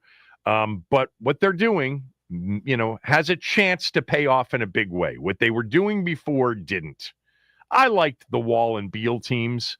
I loved watching Wall and Gortat play together. I liked some of those teams, and I thought those were good teams and teams that won playoff series and almost got to, like the last step before the NBA Finals, the Eastern Conference Finals. But they didn't, and they were never going to because they weren't at that level with the Cleveland Cavaliers or the Miami Heat in the East. They've got a chance to become that. And in a basketball town, and this is a basketball town, not an NBA town, but a basketball town, it would be great if the NBA team was a legitimate contender at some point down the road.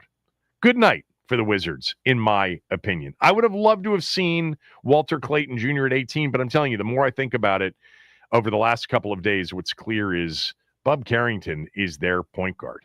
And it's going to be fun to watch him grow and see if he can become, one of those guys, along with maybe a big-time scorer and shooter next to him in the backcourt in Trey Johnson. They have 43 tonight overall. The Utah pick that they got back from moving back. The players that are available, we talked to Chase about this. There are some bigs like Maxime Reynaud from Stanford, like Kalkbrenner from Creighton, the kid from Michigan, Golden. Those are some of the bigs that are available. You've got a guy like Chaz Lanier, who is a hell of sort of a half-court defensive player from Tennessee. Jonai Broom, who wasn't he the SEC Player of the Year? Wasn't Broom the SEC Player of the Year? I think he was. There's a lot of, half court, 6'9", 6'10", can shoot it, can, spot up, can defend, kind of inside, outside. It'd be interesting to see where he goes tonight. So there are a lot of possibilities. Don't ask me to break down the French and Australian players that are being talked about. in this round. All right, when we come back, total switch of subjects. Yesterday, at the very end of the show, we read through a top 10 list from a Philadelphia writer on why the Washington Commanders would be a dumpster fire this coming season. The truth is, some of those top 10 reasons were truthful in many ways. We'll discuss which ones were and which ones were not when we return. Kevin Sheehan Show, the Team 980 and the Team980.com.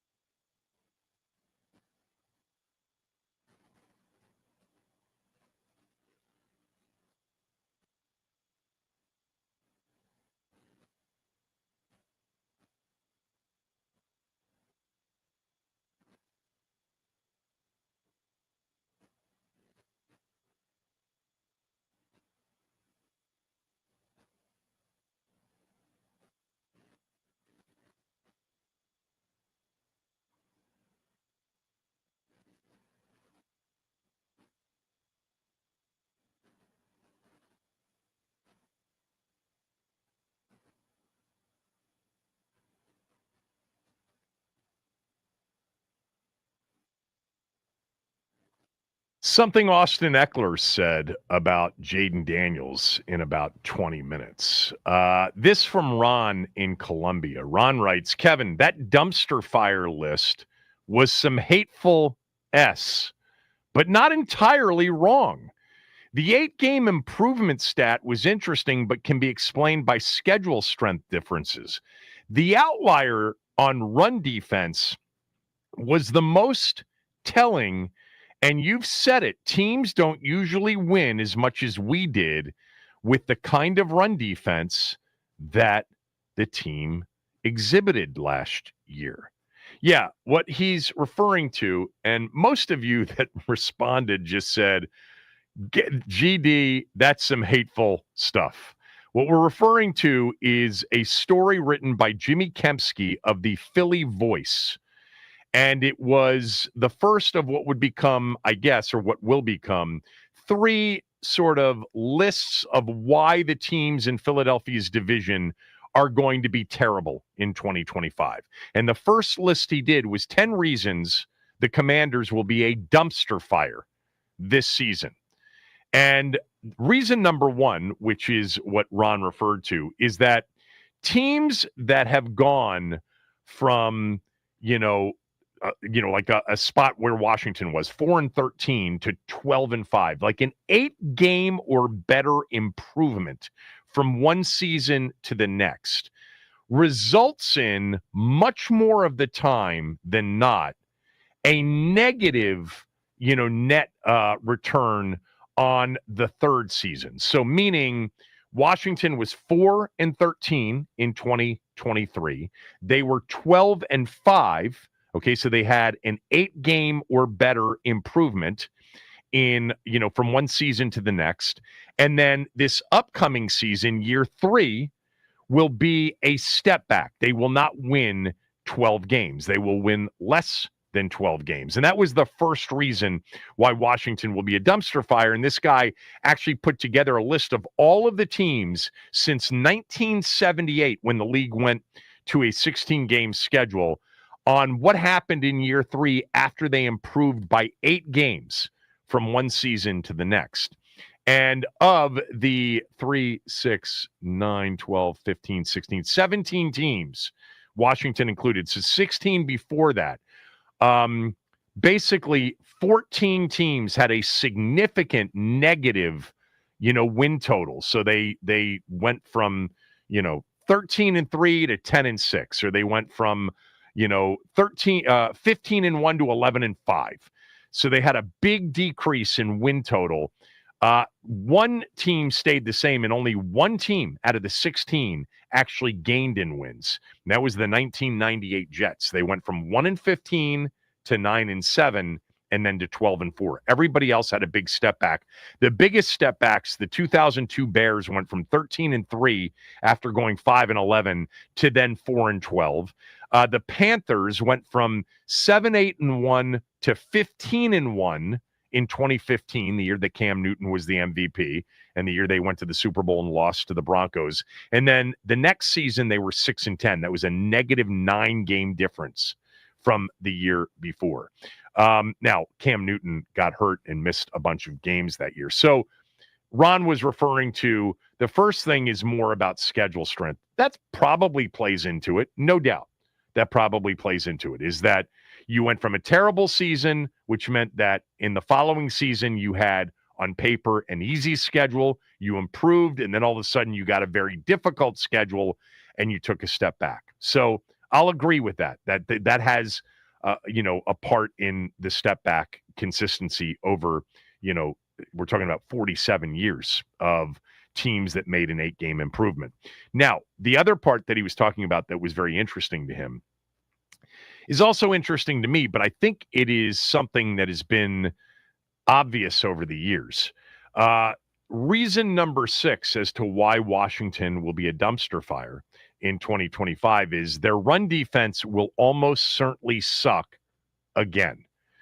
And this guy, Jimmy Kempski, puts together a list of the teams that had last year the top 10 worst rush defensive teams in the league. And there was only one of them, of the top 10 worst rush defenses in the league, that ended up with a winning record, and that was Washington at 12-5. The Panthers had the worst rush defense. This is yards allowed. They went 5-12. The Saints had the second rush defense. They went 5-12. Washington had the third worst rush defense. They went 12-5. But then it was the Cowboys at 7-10, the Bears at 5-12, the Giants at 3-14, the Titans at 3-14, the Jags at 4-13, and the only team that even sniffed something in the area of 500 or better, the Colts were 8-9, and then the Patriots were 4-13. Yes, it was a major outlier, and typically it is. If you're in the top 10 of worst rush defenses, you typically don't have a winning record. You typically are not in the postseason. And Washington was a major outlier last year. Third worst rush defense, and of the top 10, the only team that ended up with a winning record. We talked about it all season long. Not only that, the other 9 teams had a 44-109 or a 288 winning percentage. I mean, they were a major outlier last year. And all during the season, remember, we talked about, God, they can't stop the run, but they keep winning. It's amazing. And we know why that was. It's because offensively, they were great. They were great offensively, and their quarterback in particular was really great. And their quarterback was really clutch also. So, yeah, you got to be better run defense, because your schedule strength probably, the way it'll play out, it doesn't always play out this way, but more likely than not, it will be tougher. And you'll, be in a situation in which you don't stop the run, you might be in that group of teams with a losing record. Now, I would suggest to you also that list includes teams that did not have good offenses or good quarterbacks either. The Panthers, Saints, Cowboys, didn't have Dak most of the year. Bears had a rookie. Giants had a terrible situation. Titans had a terrible situation. Colts had a terrible situation. The Patriots had a rookie as well. The Jags had Trevor Lawrence, but they went 4-13. Yeah, I mean, for the most part, maybe you can survive a bad rush defense consistently if you have a great quarterback. Maybe you can do that. You go to the year before in 2023, rush defenses. Arizona didn't make the playoffs. They had the worst. Denver didn't make the playoffs. They had the third worst. I think Seattle, with the second worst defense, may have made the playoffs. Then it was the Giants. Washington, Cincinnati did make the playoffs, right? In 23, the Jets didn't, the Colts didn't, the Panthers didn't. So what is that? 8 out of the top 10 did not make the postseason, did not end up with winning records. I bet if I went back through the years, the significant majority of your top 10 worst rush defenses do not end up with winning records. You got to stop the run in the NFL. You got to be able to run the football too. You check rush offenses. Last year, if you're just going on yards, all right, here were the top rush offenses during the regular season. Baltimore, a lot of wins, playoffs. Philadelphia, a lot of wins, Super Bowl. Washington, a lot of wins. Tampa was 4. The Packers were 5. The Lions were 6. Your top 6 rush offenses, playoff teams. Arizona, not. Indianapolis, not. And then Buffalo, yes. So that's 8 out of the 10 top 10 rush offenses made the postseason, and 9 out of the worst rush defenses had losing records and did not make it. So, yeah, I mean, those things, along with turnover margin, these are things to look at typically during the course of the year. Maybe one of the things will become that we'll start paying attention to will be fourth down percentage, because that was one of the things on the list of why Washington would be a dumpster fire in 2025, that there's no possible way they can go 20 of 23 on fourth down conversions at 87%, an all-time best in the Super Bowl era. I don't know. When you've got a quarterback like Jaden Daniels, it's possible that fourth down percentage is going to be high and is going to be higher than the rest of the league, or it's going to be in that top 5 range consistently. Maybe it won't be 20 of 23. And look, they needed a lot of those 20 of 23, and that was in the regular season. You know, the postseason was pretty damn good on fourth down as well. So, yeah, there were a lot of other reasons for them not being good in 2025. Interesting stuff. A lot of these things we've talked about. A lot of the other thing that was interesting to me, I knew that their average age on the roster was old, but Washington compared to the rest of the league, all right, they've got 30 players currently on their roster, 90-man roster, who are 29 years of age already or older. And the next most of players 29 or older is Falcons, Lions, and Texans at 19. So Washington's got 11 more players of that age. The average age of their 90-man roster is the oldest in the league. Let's also keep in mind they have some very old players on their team in Zach Ertz, in Bobby Wagner, and in Tressway. So that skews it really high. I would also suggest that their, best and most important players are their quarterback, who's young, their linebacker on defense, who is 28 years old, and Frankie Louvu, a corner on defense who was a rookie last year in Mikey Sanristil, and, Terry on offense, obviously going to be 30 years old this year. Yeah. Interesting story. We spent some time on this yesterday. It's good fodder for this time of year, and there's a lot that's ridiculous about it, but there's a lot that is interesting. And I would just say, to me, the number one area of concern, red flag, also a bit of a mystery, is can they be a much better defensive team than they were last year, specifically against the run? Because if they're not significantly improved in that area, they're likely going to find it very difficult to win 12. Can they win 9 or 10 and make the postseason with a bad defense and a bad run defense? I think they can with this quarterback and with this coordinator and some of the pieces they have on offense. But will they be a legitimate deep into the postseason threat? Probably not.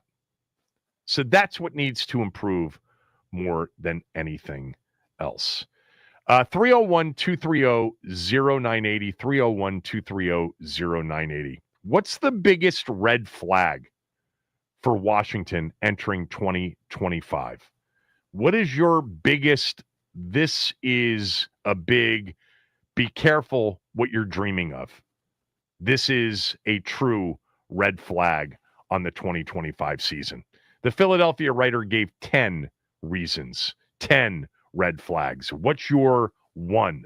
301-230-0980. We'll take calls on that. I've already pretty much given you my number one. It's defense, big picture, but specifically it's run defense. But we'll take calls on that, and you'll hear what Austin Eckler said about Jaden Daniels entering year 2 when we come back. Kevin Sheehan Show. We are on the Team 980. You can also listen to us on the team980.com, and you can watch us on the Team 980 YouTube page.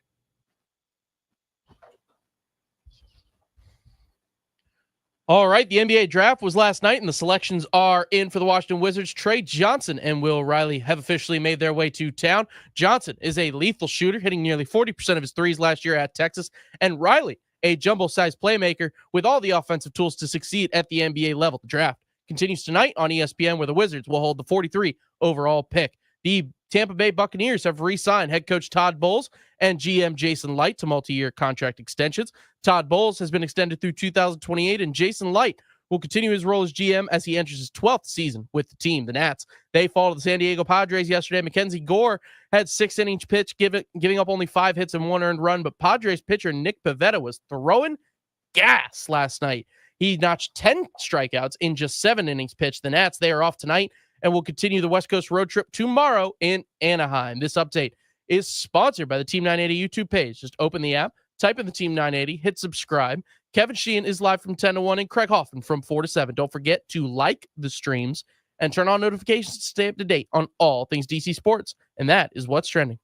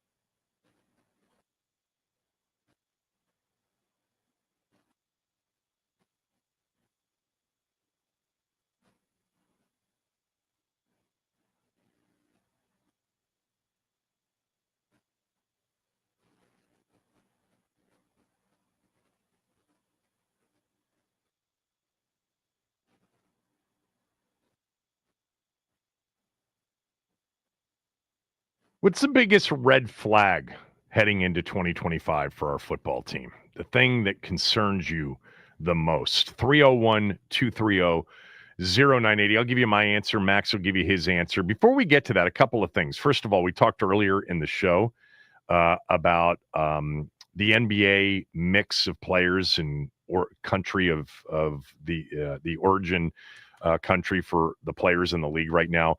So Canada does have the second most players in the league. And by the way, historically, Canada has the most players, just barely in front of France. But the current NBA is made up of 453 U.S.-born players, 25 Canadians, 14 from France, a lot more added last night, 12 from Australia, 9 from Germany, 6 from Nigeria, 6 from Serbia, 4 from Cameroon, 4 from Croatia, and then you get into Japan, Italy, Spain, the Netherlands, Belgium, the Dominican Republic, the Bahamas, all with 3, all the way down to the countries that have 1 player, including, by the way, Jamaica. I don't know who the 1 player from Jamaica is, but there were no players until last night from China. Interesting. And no Russian-born players anymore. We are long removed from that, I guess. But Wilbon said to me the other day, and we played some of this, he thinks Canada is going to win the gold medal in 2028. You know, you have in the NBA right now, you have SGA, Jamal Murray, Andrew Wiggins, Andrew Nembhard, Lou Dort. Hold on, let me see if there's a list here. Mathurin, Kelly Olynyk, RJ Barrett. Be a hell of a team. Canada, he predicts, will win the gold medal in 2028. We'll see on that. Also, I wanted to just quickly mention, you know, I don't know if anybody's following this. More people are following this than following it, you know, in years past. Caitlin Clark, in her last 3 games off of injury, is 1 for 28 from behind the 3-point line. That is her shooting percentage from behind the arc in her last 3 games. 1 for 28. That's unbelievable. Now, what was announced today is she's injured, which makes sense. She was perhaps coming back too quickly off the last injury, but she has a groin injury and will miss the game tonight against the LA Sparks. But that's not great shooting from the best shooter that the sport has ever seen, certainly long-range shooter. Lastly, before we get to some of your calls, what is the biggest red flag for Washington entering the 2025 season? I did want to play this Austin Eckler soundbite. This was from what, NFL Network? So he sat down with Sirius XM NFL Radio, and he said he was excited to see what, you know, Jaden Daniels can do in the 2025 season after winning Offensive Rookie of the Year. This is what he said. I don't know what it is about, you know, me being around rookie quarterbacks, but, you know, I had, you know, Offensive Player of the Year, Justin Herbert, you know, when he was a rookie, and now I have, Rookie of the Year, Offensive Rookie of the Year, Jaden Daniels now. So I don't know if it's, you know, me being on the team or, but he's definitely exceeded expectations. And I think it's a good thing, not that I had low expectations for him, but you really don't know. So I think with quarterbacks, you come in, I've just been around long enough to know how much they have on their plate. There's a lot that they have to acclimate to. There's a lot, especially learning a new playbook and, you know, getting into a new organization. It's a league now, and you were second overall pick, a lot of high expectations. So it was like, yeah, I'm expecting you to play well. Now go out and kind of have an MVP caliber type season, and where you're competing in those conversations. Typically, you don't get that from players. You know, that's not something that's often. There's usually a handful of guys that are playing at that caliber and can sustain that all year, and they're typically not rookies. I feel like. No, he crushed it last year. What I've seen from him going into this year, we have the same offensive coordinator, and so bringing that into the mix has now made it so now when we go through OTAs, Jaden's already on it. Like he's beyond, you know, kind of the rookie mistakes, like learning the playbook, you know, getting the play call out slow. He's getting people lined up. We got new guys coming in. No, Debo, you're not over here. You're on this side. Like when you start to see him kind of orchestrating out there, you can tell there's that growth. He's starting to get more comfortable, which allows him to even play mentally faster and make better decisions. And so I think there's going to be even more growth this year, which is awesome because of where we're at with our team. We brought a lot of players back. Still have a lot of playmakers. Got to get Terry paid. And then, man, we're going to be looking like a powerhouse out there. Good stuff from him. A lot of that, sort of because of the experience. Rookie years behind him, second year in the league, same offensive coordinator, same system. For the most part, a very similar and familiar supporting cast. Jaden's definitely going to be talked about. I mean, I think he's 7th right now in odds for MVP. He's going to be in the mix to be, he's going to be in the mix for MVP. I mean, it's going to be Mahomes, Jackson, Burrow, Allen, Herbert, Barkley, and, a guy like Jaden Daniels. He's going to be in that mix. And, I think, moving now to the question at 301-230-0980 for you guys to answer as well. What's the biggest red flag entering next year? It's very easy for me. I've certainly talked about it a lot going back to the season last year.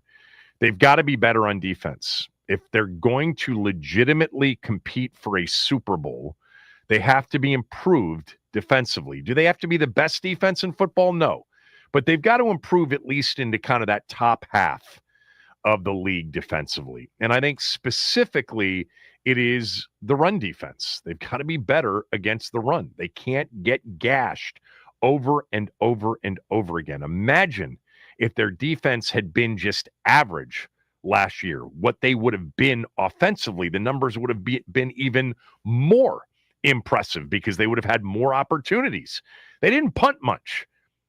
They just didn't get as many swings game in and game out because they couldn't get off the field on the other end. Imagine if their plus minus, if their turnover ratio is better, if they get more takeaways like they did against the Lions in the postseason, which they didn't do against Philadelphia in the championship game. But, man, you start with a guy like Tyrone Tracy, you go Josh Jacobs, you go Ashton Genty, and you go Bijan Robinson in the first 4 games of the season. We're going to find out in that first month of the season if they're improved against the run. That, to me, is the biggest red flag. I think given what you're going to face this year, at least based on what it looks like now, better offensive teams, much better quarterbacks, and the same, impressive list of running backs. I'll never forget when Dan Quinn said late in the year, he said, we've played some really good running backs. And I went back and looked at it and I said, oh my God, you guys have faced the best backs in the league, and one in particular 3 times in Saquon Barkley. And you got the same thing staring at you in 2025 with much better quarterbacks that you got to face, during the course of the year. It starts with, the Packers in week 2, when you're going to be facing Jordan Love. You got Justin Herbert in week 5. You've got, Dak. You've got Mahomes. You've got, Goff. You've got Tua. You've got Bo Nix. We don't know what Chicago will look like with Caleb Williams. We don't know what Minnesota will look like with J.J. McCarthy. And that's before you get to the end of the season with 2 against Jalen Hurts. Red flag, run defense. If they can answer that and they'll get tested early in the year, it would appear you got a chance to go win the whole thing. If you're not much improved there, I think you're talking about still so good offensively in a quarterback, as long as he's healthy, the opportunity to win 9-10 games and be a playoff team. I do think that. 301-230-0980. Max, the biggest red flag for you is? So kind of in a similar vein to yours, rush defense is definitely one of them. But in that, the lack of an edge presence, because you're going out in the season with Dorrance Armstrong, Dietrich Wise, Jacob Martin, Cleveland Farrell, and I guess if you want to call Javon Kinlaw an elephant edge, you can, but your best pass rusher at this point is Frankie Louvu. And while Frank Louvu is great, I would like to have more guys with that same ferocity on the edge. But not only that, but setting the edge so, the rush defense does get help. They can't bounce it to the outside, and you get gashed for 45 yards, a pop.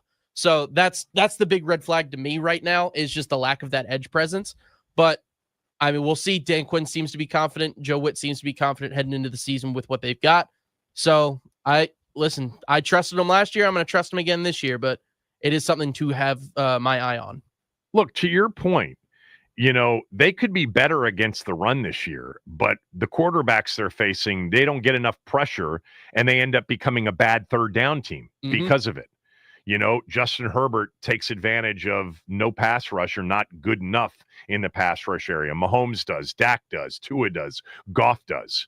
What I'd love to see, though, for them is just the ability to force third and longs and get into those situations and not give up, 4, 5, 6 yards a pop on the ground. Because I've always felt as an NFL fan that there's nothing worse than watching your team get gashed on the ground. It is a much more painful way to go. It's demoralizing. Because it's demoralizing. And it's like, the Steve Spurrier line from many years ago that Scott shared with us that the defensive coordinator said at the time, Spurrier, when he was at South Carolina, got on the headset and said to his defensive coordinator who was getting gashed against the run, either stop him or let him score because I got some ball plays that'll work.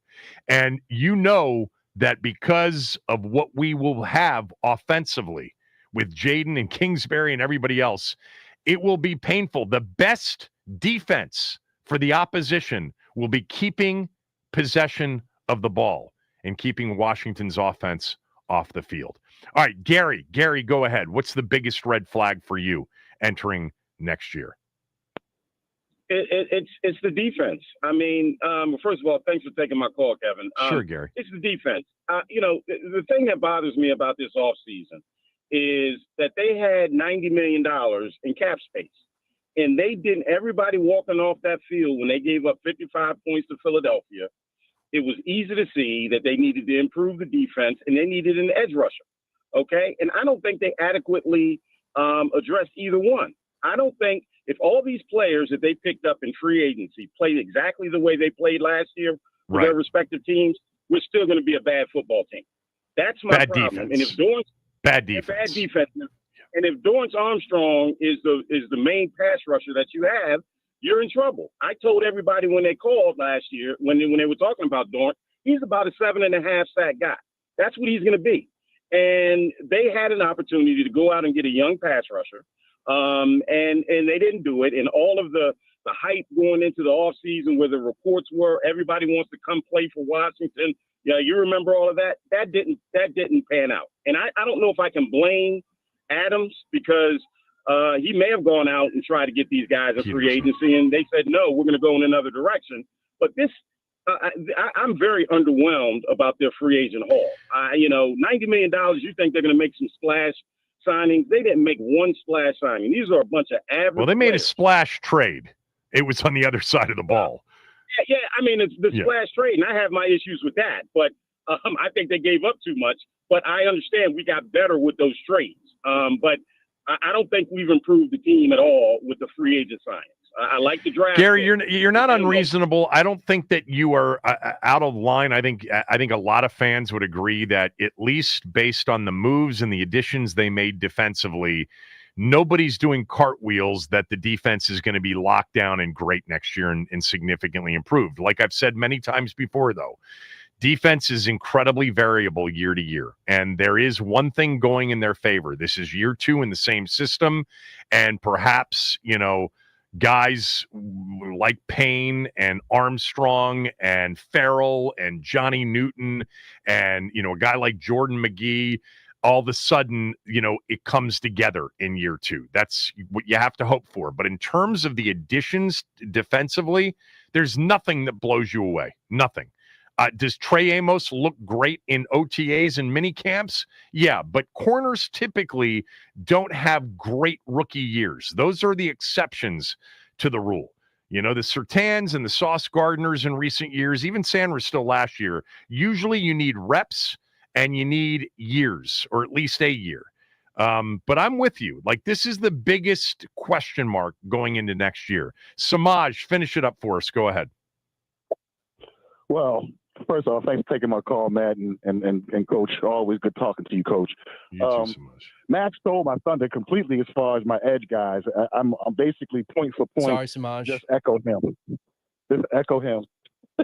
And as far as my other flag, believe it or not, Kevin, it's Kingsbury.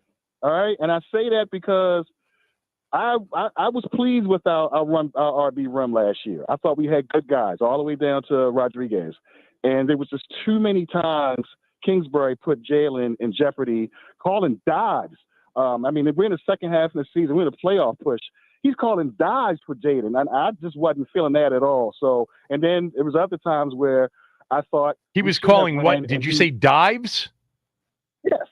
Yeah, there was a lot of quarterback keeper, quarterback sweep. I'd like to see that out of the playbook too, personally. Yes, no doubt about it. Yeah. No doubt about it. And then the other part of it was just sometimes in the flow of the game, there was times where we should have ran and we threw. There was times we threw and we should have ran. So I'm keeping my eye on you're really, you're reaching here.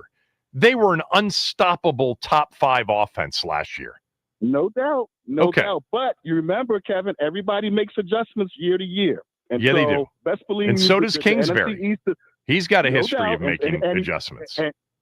Absolutely, and he's going to have to. And lastly, on my last point is, I just want to bring some light to your comment yesterday on that guy's 10 things are trash for the other teams in the division. You said that one thing would lead for us to be in a dumpster fire would be Jaden going down. I remind you, we have Heisman Trophy winner, playoff caliber, Marcus Mariota is our number 2. I'm not worried if Jaden goes down. If they both go down, then we got a dumpster fire. But if Jaden goes down, I'm more than confident that Mariota can get the job done. Thanks for taking my calls, Coach. Okay. Appreciate you, Max. You guys have a blessed rest of the I day. hope we don't have to see that. And I loved Marcus Mariota last year. And he's terrific as a teammate and a mentor and the whole thing. If Marcus Mariota is your starter for a significant majority of the games, you're not going to the postseason next year, more likely than not. With Jaden, you're guaranteed pretty much, if he plays 17, of at least winning 9, winning more than you lose. All right, back tomorrow, everybody. Chris is next.